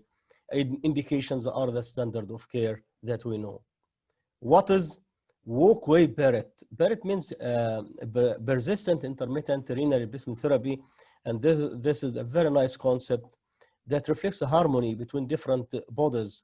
So we have dialysis nurse that can set up machine, connect patients, start treatment, monitor and records water quality, sets initial ultrafiltration rate, and then ICU nurse to continue, and then to the dialysis nurse can discontinue treatment, disinfect the machine, and ICU staff can consult or on-call the dialysis nurse for alarm situations or other concerns, or consulting or on-calling nephrologists regarding the problems and orders and complications. So the harmony between different bodies, nephrologists, dialysis nurse, ICU team, is of paramount importance. CRRT for COVID patients, a very nice article that will appear in CJS in February next year. A very interesting point, because in this 80 patients, 500 CRRT circuits were carried out, and as you see, the best outcome, free from thrombosis and clotting, is the citrate and heparin combination. This means that COVID patients have high rate of coagulability to be put in mind. ECMO for COVID. Before reading this article, I considered ECMO as a futile treatment, and no need for ECMO, very expensive and needs special places. But after reading this study that included more than 1,000 patients treated with ECMO in 36 countries, 200 hospitals, the key message is ECMO, if it is used, can save lives in 1/3 of the patients. So to put in mind and to refine this issue. For CKD MBD, I'm going to concentrate in one message: serial monitoring of CKD MBD profile. Phosphorus, BTH, calcium should be monitored regularly, and the rate of monitoring depends upon the state of CKD, and in dialysis, BTH to be monitored every 3 months, calcium, phosphorus every month, and we can increase frequency if there is problems. This is a very nice study. 17,000 patients, they monitor serum phosphorus, and they assess the rate of increase of serum phosphorus above 4.5 through 6 months. And as you see, if there is no increasing by these values above 2 milligram per deciliter increase. What is the link between this increase, area under curve of increase of phosphorus, and the mortality? As you see clearly, the higher the serum phosphorus, the higher the trend, the higher the mortality. So to put in mind serial monitoring. Again, serial monitoring of parathormone, escalating levels of BTH through monitoring can predict tiredness and itchy skin and symptoms. So to put in mind and to ameliorate this rapid escalation by serial monitoring and to appropriate modification of management. Dialysis for intoxication, very nice. Even it is case report, but fantastic. Because the digoxin is not effectively removed by hemodialysis, because it is easily dialyzable from the blood. But the problem is digoxin has a very big volume distribution, so rebound occur, so dialysis is not efficient at all. This is why, so the best is fabfragmine followed by plasma exchange to remove the complex. Here, case report shows, this case report shows continuous veno-venous hemodialysis may be effective if we don't have fabfragmine. For hydroxychloroquine poisoning, does extracorporeal treatment can make any difference? A very interesting new article, and this is in the current issue of the JSON, showing that hydroxychloroquine is not dialysable, and the work group recommended against doing dialysis for hydroxychloroquine intoxication. Messages extrapolated from trials and meta-analysis. So start with comparative efficacy and safety of blood pressure lowering, treating hypertension by drugs in dialysis, which is the best. This is the design of the meta-analysis. As you see here, this is the number of, this is 40 trial included, including 4,000 patients, addressing the main outcome, the reduction of blood pressure, systolic blood pressure by the drugs. And the first point, did they work? So they assessed S inhibitor, beta blocker, calcium channel blocker, aldosterone antagonist against placebo. And then which worked best? The best class of antihypertension assessed in this meta-analysis was aldosterone antagonist. So it is number one, followed by beta blocker, because we know in dialysis there is a state of increased sympathetic overactivity, followed by S inhibitor, ARBs, calcium channel blocker, and alpha blocker. The main problem is side effects, either hyperkalemia or others, to put in mind to evaluate our patients. For beta blocker, if the patient has intradialytic hypertension, the best is to use beta blocker, which are not dialysable or minimally dialysable, like carvedilol. But if the patient has intradialytic hypotension, carvedilol may not be the best drug to be used. If we use beta blocker, we should monitor pulse, because bradycardia is associated with mortality. For calcium mimetic, this is a very nice systematic review and network meta-analysis, including 36 trials, including 100,000 patients. Here, they compared different calcium mimetics to, as you see, the node reflects the number of patients. The thickness reflects the number of trial and number of patients, as you see here. And then the line connecting studies comparing different modalities. So cinacalcet versus placebo, this is the line, including 9 trials and this number of patients, to assess the efficacy of intervention for reducing parathormone. The same point to assessing the relationship of using intervention with the occurrence of side effects like hypocalcemia and others. Here, acetylcholecitide, which is given intravenous, is the best to reduce parathormone. It is the second after parathyroidectomy, so it is the most potent, but the problem is associated with hypocalcemia and side effects. Drug-coated balloon for dysfunctional fistula stenosis. This is a study including 330 patients with dysfunctional dialysis arteriovenous fistula.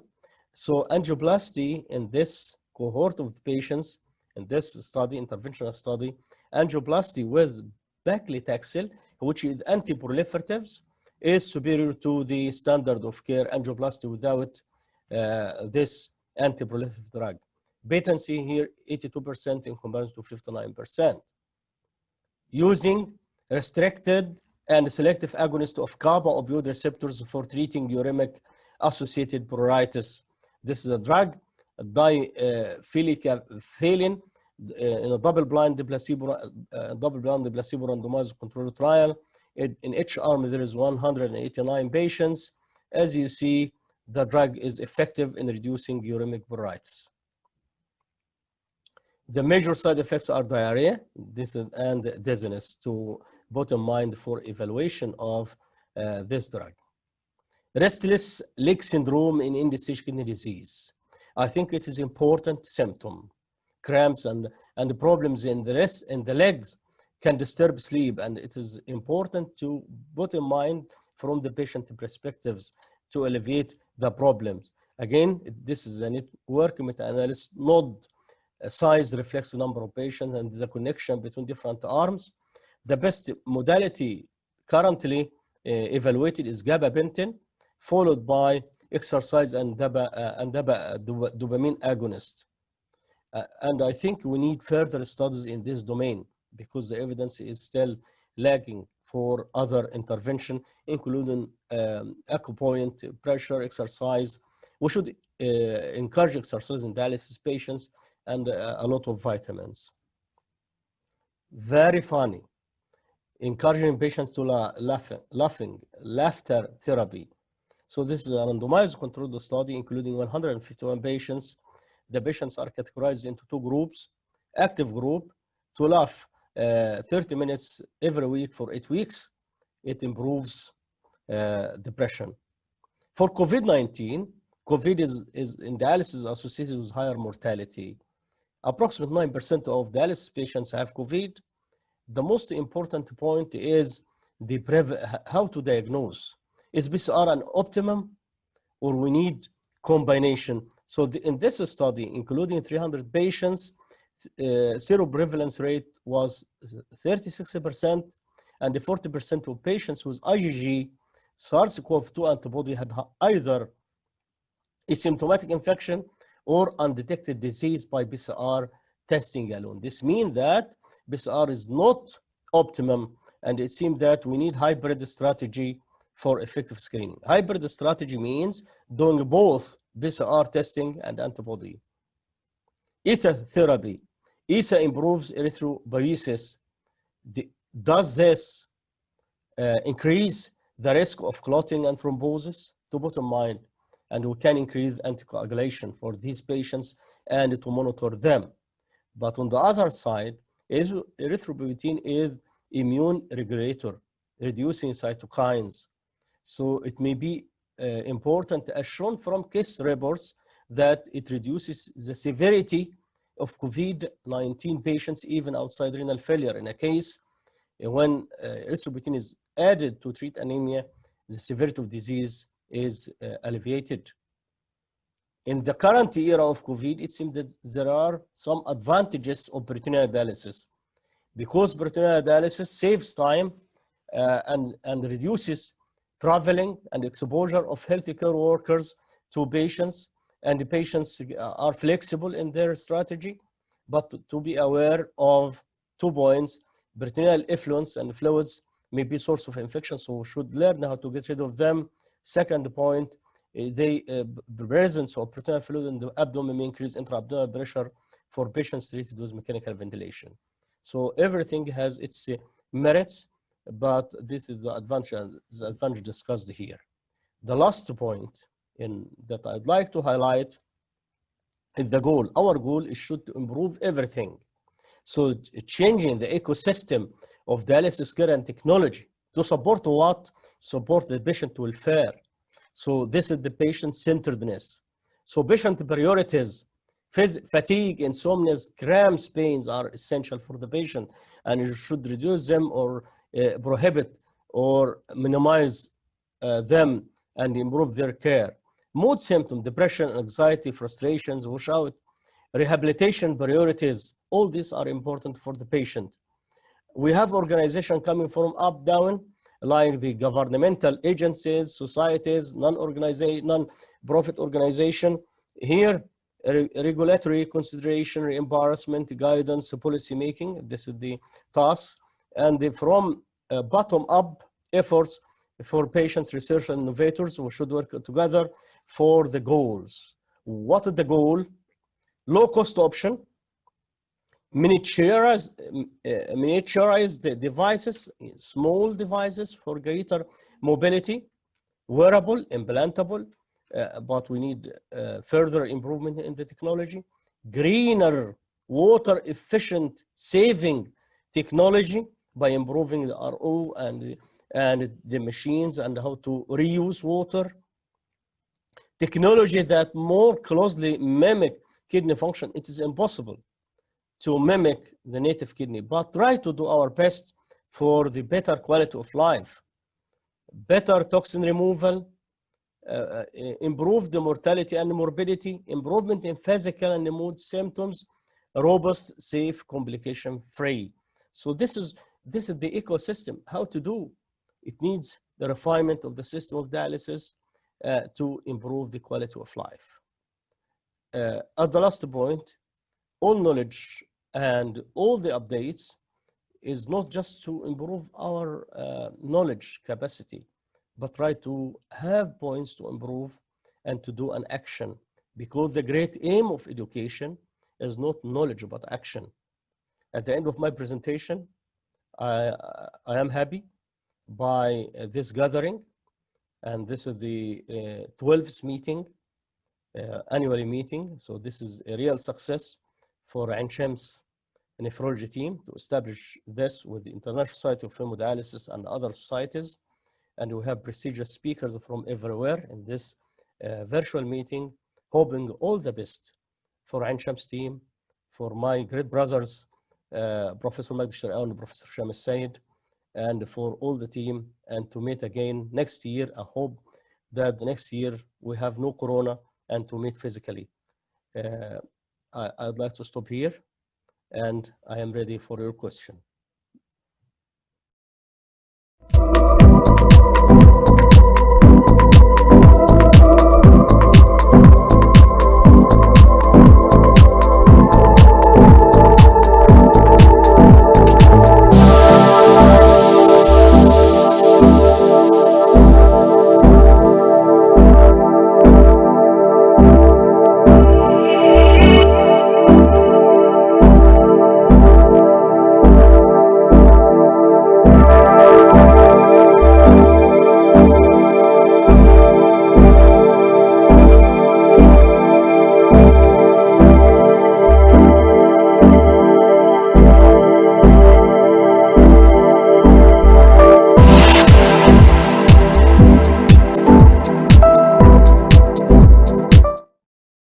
Thank you very much, Professor Dr. Hussein Shaisha. You always updating and you always renew our information. It's my pleasure now in the end of this session to open the discussion and question and answers from the very elegant speakers. It's my honor to give the chance for for all audience to give their questions on the side, and Professor Dr. Magdi will handle all the questions according to the speakers. Please go ahead, Professor. Thank you very much. First question, of course, for the hemodialyzer selection, Professor Hisham. Can you illuminate the surface flux relation? This question, there is no in between flux and surface area any correlation. For example, one of the my best filters was for neonate. Its surface area was 0.04 square meter. Yet, and for a neonate and very thin a filter, it is high flux. So we cannot say that high flux or surface area. But if you are going to use a low flux filter with very big surface area, it's nonsense. You are paying for nothing. So I used always the right surface area for the right patient, but both in high flux. Okay, one other question. What about using high flux dialysis in patient initiating chronic dialysis, not in acute dialysis? Okay, if you are initiating hemodialysis for recently diagnosed end-stage renal disease, you may not in need of high flux, but there is no correlation between a high flux and disequilibrium syndrome. It is meaning that the surface area here, the time, the blood flow is the meaning for the disequilibrium syndrome in the this group. So if you are initiating your patient for sessions, 3 successive sessions, you may use high flux, you may use low flux, but in the correct time, correct flow, as well as the correct surface area. Okay, another question, Professor Hisham, about the filtration coefficient of the best membrane. Does it reach the filtration coefficient of the peritoneal membrane, or it's not yet at that? We have, yes, we have. failure of the peritoneal membrane as a filtration coefficient is well-known phenomenon.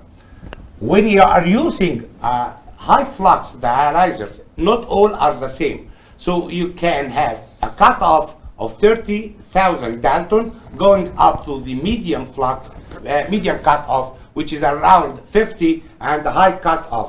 Nearing the high cutoff between and medium cutoff is the nearly flux obtained in the filtration of a healthy peritoneum. Okay, we have one easy question for Dr. Dalia. Are you with us, Dr. Dalia? معاك دكتور مجدي. أيوة مع حضرتك. Okay, there is it should be answered to just to relieve the nephrologists in Egypt. They ask what is the role of intervention nephrologist in catheter problems. I know it's easy for you to answer, but yes. هو الحقيقة أنا أول حاجة طبعا أحب أبدأ إن أنا أشكر الدكتور هشام السيد على ال kind remarks after the presentation. يعني this was very kind. Warm welcome for you. يعني it meant a lot to me coming from one of my mentors and a very respected national figures like yourself, Dr. Hisham. So I appreciate it. Thank you. Thank you. طبعا of course intervention nephrologist in my opinion over the last 10 to 15 years has progressed significantly, and catheter exchange or catheter insertion or catheter care in general, it should be handled by intervention nephrologists. I'm not really biased. I always say that intervention radiologist and surgeon have so many other areas that they like excel at, and usually, as we all know, a hemodialysis catheter care or even fistula care usually come at the end of their schedule. It's the first case to cancel. Intervention nephrologist is a specialty where a nephrologist can provide a nephrogenic or a nephrocentric approach. I don't think, with all respect to radiologist and surgeon, I don't think clotting solution would be looked at the way we looked at it as a nephrologist. So that's how I feel. It should be. I mean, catheter exchange or insertion should be referred to intervention nephrologist. And I know that you have quite a very experienced one in Egypt, Dr. Tamer Saeed, Dr. Zaghloul. So yes, it should be a peace of mind. Everybody have a catheter problem should feel comfortable to refer to intervention nephrologist. May I ask you, Dalia, from my experience probably more than 10 years ago, when I started using, I think I was the first who used citrate, concentrated citrate as a citrate lock. It was an unique drug, but was in the concentration of 42%. I saw a lot of complications 10 years ago, in particularly the severe leakage with hypocalcemia immediately happened.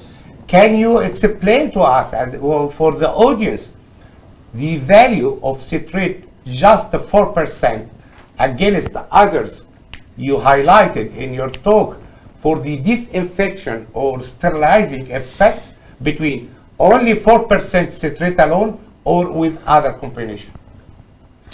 So يعني زي ما أنا قلت okay, I'm sorry, I have to speak in English. It's just a chance to speak in Arabic, but sorry. So it's a very good question, and citrate been around for a long time. However, it's all about the combination. Like citrate itself, of course, have its all, like I show in a slide, have its all quality when it's come to antithrombotic effect and all other properties. But it's all about the combination. First of all, the high concentration, which apparently it's the more effective, or it's the what now has become available. It's very harmful, and there is FDA warning about using of high concentration citrate. So if you're gonna go with the low citrate, with the low concentrations, the 4%, apparently from the comparison that I have shown before between the heparin and citrate 4% and the urokinase and the torlidine, you can see that it's on its own, it's lacking some of the properties that you would get with combining the toraldine and the citrate and the heparin. Combining citrate alone with toraldine, which is, I think it was a prior product or the original product, have shown that for some reason, some clotting, believing or not, could happen after administration of this combination alone. And that's why the heparin was added to the combination, which bring a big value, because now you have the anticoagulation, and then you have the antiseptic, antibacterial, and then you have the citrate effect on a low doses. So I mean, like I... Sorry for interruption. Right? Do you are worried about the leakage, continuous leakage in the interdialytic period from any kind of catheter? So the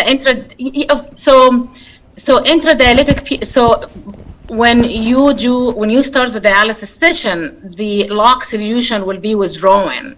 So in between sessions, there is some leakage from the catheter. So every catheter has, I mean, some leakage could happen, of course, sure. But every catheter has, sure. When I exchange catheters, there is a number recorded in each port that telling me exactly how much the lock-in solution should be, 1.8, 1.6, and actually we intentionally do report this to dialysis unit and educate them about it. If you stick to the amount that's labeled on the port and administer this amount only, the possibility of leaking is very small, and if it happens, it's with very small amounts that you can ignore. But it should happen. Leakage should happen as well. Yes. Yes, it could happen, of course. Okay. Professor Khalid? Dr. Dalia, you have another question. How often should we exchange permanent catheter without infection or malfunction? ممكن حضرتك تعيد السؤال تاني؟ How often should we exchange permanent catheter without infection or malfunction? Well, I mean, I have one patient who have his catheter for 1 year. If there is no indication for exchange, I would not exchange him. Like, there is no prophylaxis exchange of a catheter. If the tunnel dialysis catheter have a cuff, and if the cuff created what it's supposed to create, which is allergic reaction around it, will form the fibrous tissue, and there is a sealed circuit, you should not exchange it unless you have the indication of infection, tunnel infection. Even exit side infection could be treated by systemic antibiotic or local antibiotic. So only when there is malfunctioning or infection, or what we call interruption of the expose of a cuff. So if the cuff become exposed, the part of the cuff is exposed, only catheter with indication to exchange should be exchanged. Other than that, if the catheter is functioning right and the cuff, as per guideline, is 2.5 centimeter from the exit side, and it's healed well, and there is no interruption of the tunnel. Sometimes you see cases where the tunnel will be eroded in one area, and there is no malfunction, which means you could achieve blood flow adequate for clearance and achieving per guideline KT over V. Catheter should stay in place. And like I said, I have one patient who has the catheter, same catheter in my dialysis unit for 1 year, no exchanges. We have for more than 5 years as well in Egypt. Wow. That's so we are doing here our best here to keep the catheter living. I always say, and I'm not biased really because I'm Egyptian, but I just want to say that like since I start coming back to Egypt and learning more and joining somebody like Dr. Tamer Wahid Saeed in his unit, really Egyptian mind and Egyptian hand and Egyptian protocol, it's just we have what nobody else has. So I have never seen a catheter in United States that has lived for 5 years, but that's what Egyptians do. We build the pyramids. So we should be able to keep catheter for 5 years with no exchange. I have seen patient, Dr. Dalia, since 1991 with a permanent catheter that lived 3 years with him. Before, yeah, but before that also means that the infection. Yes, without infection. And he died And of that means the infection pancreatic protocol. cancer. Yes, exactly. Yeah. If you can save the caster by simple protocol. Okay, thank you Yes, very and much. that means the infection control is amazing, because Yes, what yes. bring a catheter down in many, and like I said, I want to emphasize this. Really, I always tell my patients this: human being body don't read the textbook, and fiber and sheaths do form. It's true, but I have seen practically. I never reported or I never published this, but I have seen that some bodies will create fiber and sheaths like crazy. Like that patient who come every 8 weeks, and every time he come, I have to disrupt the fiber and sheaths. And on the other hand, you're reporting to me that there is patient who has a catheter for 5 years or more. So, like I said, human being body don't read the textbook, and even though we know fiber and sheaths do form, but some of them just don't have it. We would like to discuss with you more, but we have two other speakers. Thank you very much, Dalia. You are always a support to our meeting, and we will see you, of course, physically soon. Inshallah. Now I Pleasure have, and honor, Dr. Magdi. thank you. Now I have a question for Professor Amr. Professor Amr, thank you again. I will start with the easy question, which is about using sodium glucose transport inhibitors in post-renal transplant. Yeah, very good question. Very good question. I don't see a major problem with that. The only problem is early decline of EGFR. This might both the transplant nephrologist and some chaos, because you might think this is maybe induced by rejection or something. I would just recommend to optimize the renal hemodynamics. If the patient is on diuretic, we might need to titrate down diuretic, try to avoid hypovolemia. This is a major issue, the initial dip of the GFR that might confuse the transplant nephrologist, and they might be doing biopsy or try to rule out rejection or something. But the long-term benefit should overweigh this problem. There is a question, Professor Amro have a lot of audience from Africa. There is a question regarding that DAPA-CKD did not involve any Africans. So should we generalize the result for this population, and what's your opinion? That's a very good question, yes. Sadly, I don't know why we should have more contribution in these clinical studies. They are trying to recruit patients from all over the world, so I don't see a good reason why not to involve patients from Africa or Arab countries. However, there was about 4% Black population, mainly enrolled from America. So, yeah, small sample size, but I think we need more studies involving, African American and African and Arab population in these multi-center trials. Also, this is a question from Afghanistan.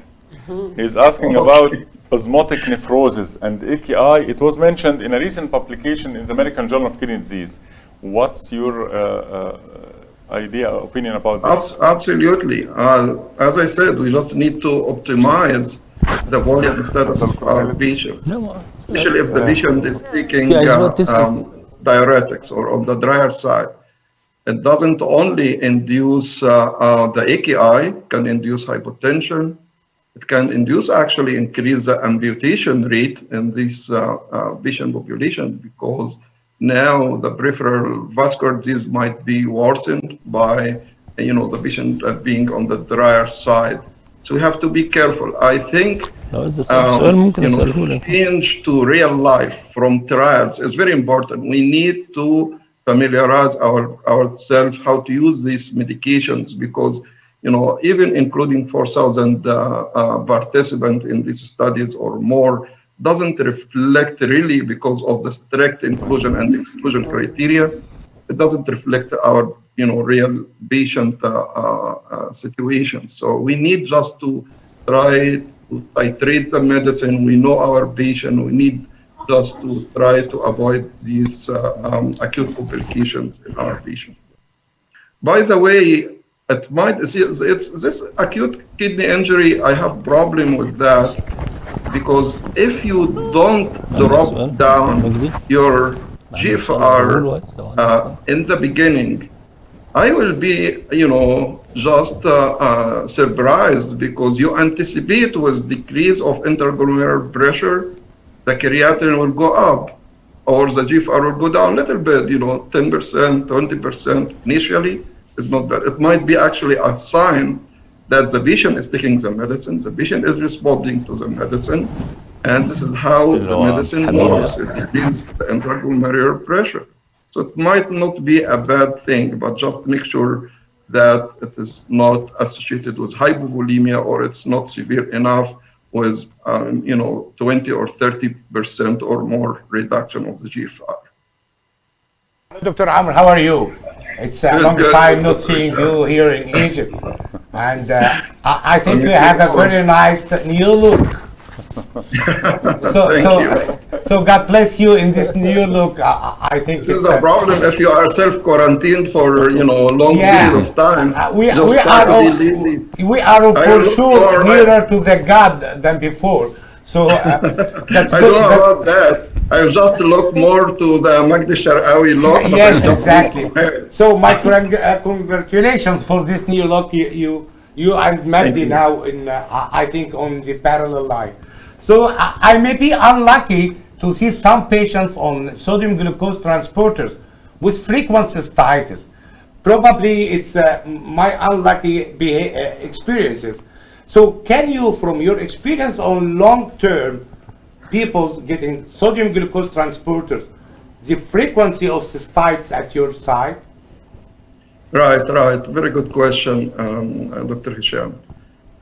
Yes, I mean, also, this is not all your personal experience, but also initial studies, the DABA, REG, and CADBA studies showed the same. There was trend to increase UTIs, especially fungus infection, especially in uncircumcised, patients.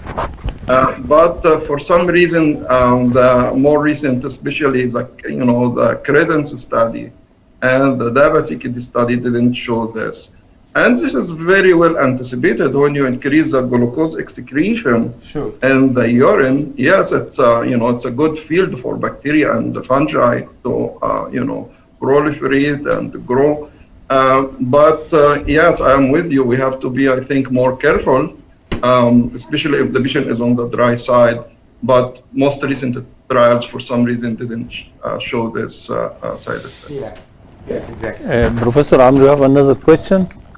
Is uric acid decreasing and erythropoietin stimulation by SGLT2 inhibitors considerable clinically? Yeah, in small studies, yes, but in bigger studies, the RCT trial didn't show this. Other electrolyte imbalance you can see also might be mild hyperphosphatemia. Some studies also showed that phosphorus goes up to 0.6 milligram per deciliter or so. So this, it depends. These medicines are not 100% specific. They have high affinity, but sometimes they have, poor sensitivity. So they might also affect. You remember also, the fracture rate was a little bit higher in other studies and some meta-analysis. So yes, some electrolyte imbalance can happen, bone marrow disorder can happen, but in the big RCTs, the DABA-CKD trial, the DABA heart failure trial, and the Canvas trial and Credence, it didn't show that.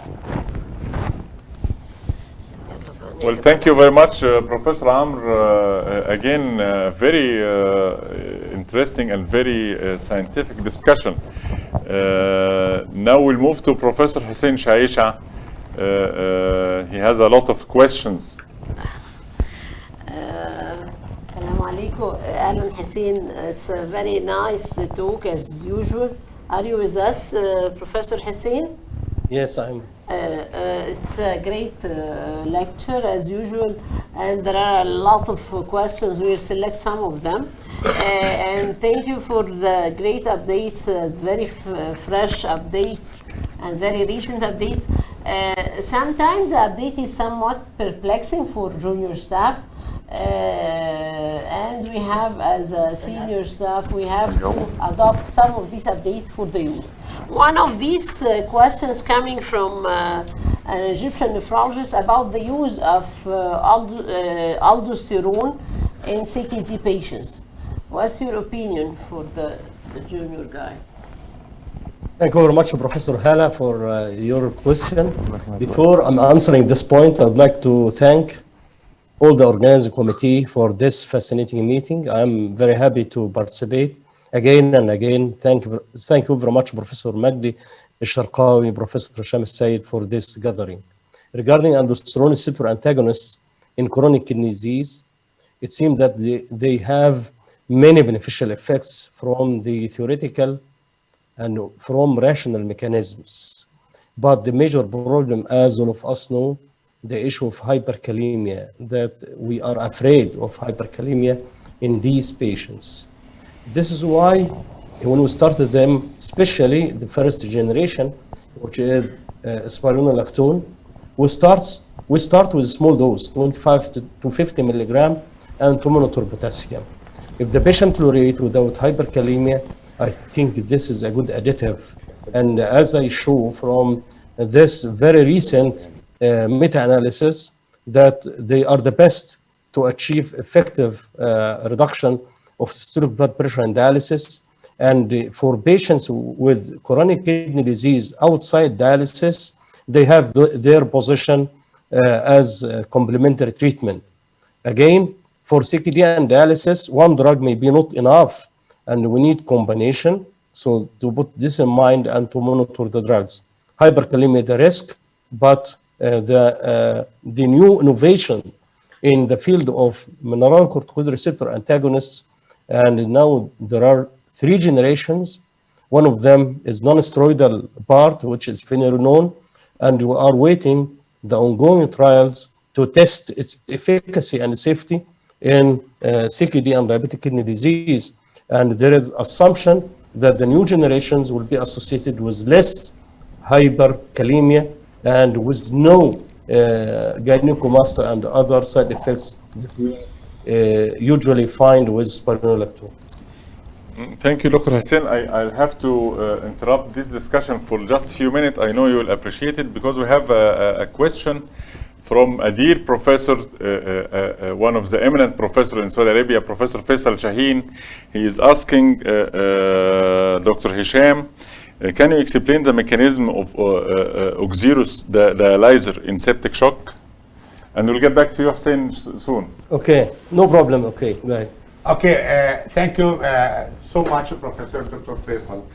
When you are coming back, our flashback to the companies that producing the CRRT therapy, they are always increasing their capacity as well increasing their performance, which is in particular the dialyzer membrane. Accordingly, for this membrane is a newer than the older membrane for this exactly company. It was the membrane of AN69. And this, as you know, makes a lot of complications like hypersensitivity reaction in patients on ACE inhibitors.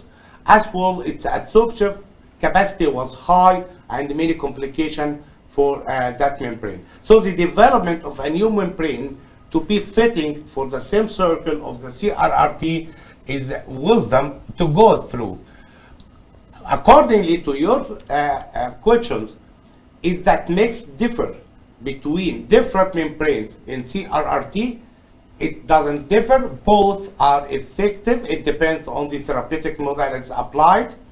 As you know, in septic shock, the CRT play a major role in the continuous, which is a very important step, just to be continuous therapy to withdraw the cytokines against its production rate. So all of them, of the CRRT techniques available in the market right now, can treat septic shock effectively as equal as. Okay, thank you, Professor Hisham. Back to Professor Hussein. You mentioned cinacalcet, Professor Hussein, in your great presentation, but you know there is conflicting result. It's not conflicting. I know you know it about the survival or the survival benefit and cardiovascular risk reduction with cinacalcet. Can you illustrate more? This is the question we got. Thank you very much, Professor Magdi. I know that the trials didn't show any survival advantage. Don't ignore that we are dealing with patients with major cardiovascular disease. But if we look at the hyperphosphatemia and hyperparathyroidism, and we have two choices, either to use potent drugs like cinacalcet or even the intravenous newcomer, which is a telecalcetide that is given with each session thrice weekly. It is potent to reduce parathormone, control hyperphosphatemia that we want to control. So instead of thinking of parathyroidectomy, I think the addition of calcium mimetics is a real advantage to control hyperparathyroidism when they are indicated. And one of the important advantage of this class, when we stop them, everything will be refined. So if we find significant reduction of parathormone, instead of keeping going on to have a dynamic bone disease, we can stop and their effect will be alleviated. I think this class is a fantastic addition for the treatment of CKD-MPD, even if the trial didn't confirm any survival advantage. Coming to the end by this very elegant session, and it is the last session. It's a very fruitful, very eminent professor, as well as our audience is asking so much. So it's coming to the end of this conference. I would like to thank all the contributors on that, and I would like especially to thank Professor Hussein, Professor Amr, Professor Dalia for our last session, and we are going now for our closing remarks. Hopefully to see you soon, our friends, in Cairo next year, physically, to enjoy each other. Thank you very much. Inshallah. Thank you very much. Thank you. Thank you. Thank you.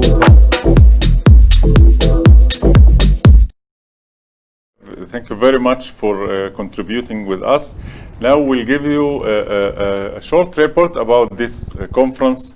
First, I'd like to thank the audience. They are the great success of any conference, and the questions and the interactions were very good. This is a very new experience in Egypt, but I think it was a successful one. I think it's growing. Yes. We have a 3-day event. We have 8 sessions with 41 speakers. And do you believe we have 1,108 registered audience?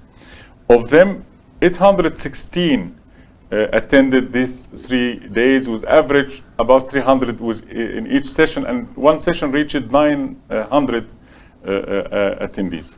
Now we'll present a small video before the last conclusion remark.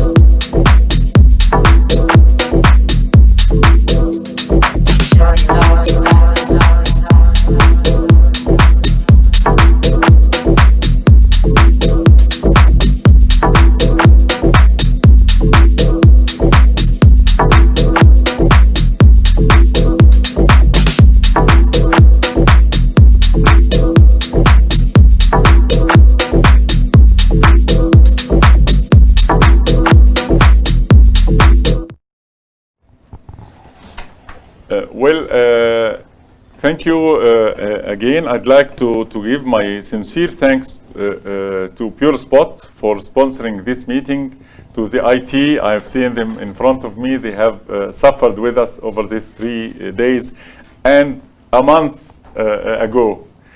Abdelazim, Hamdi, Omar, and Hindi, Yasmin, all of them, thank you very much.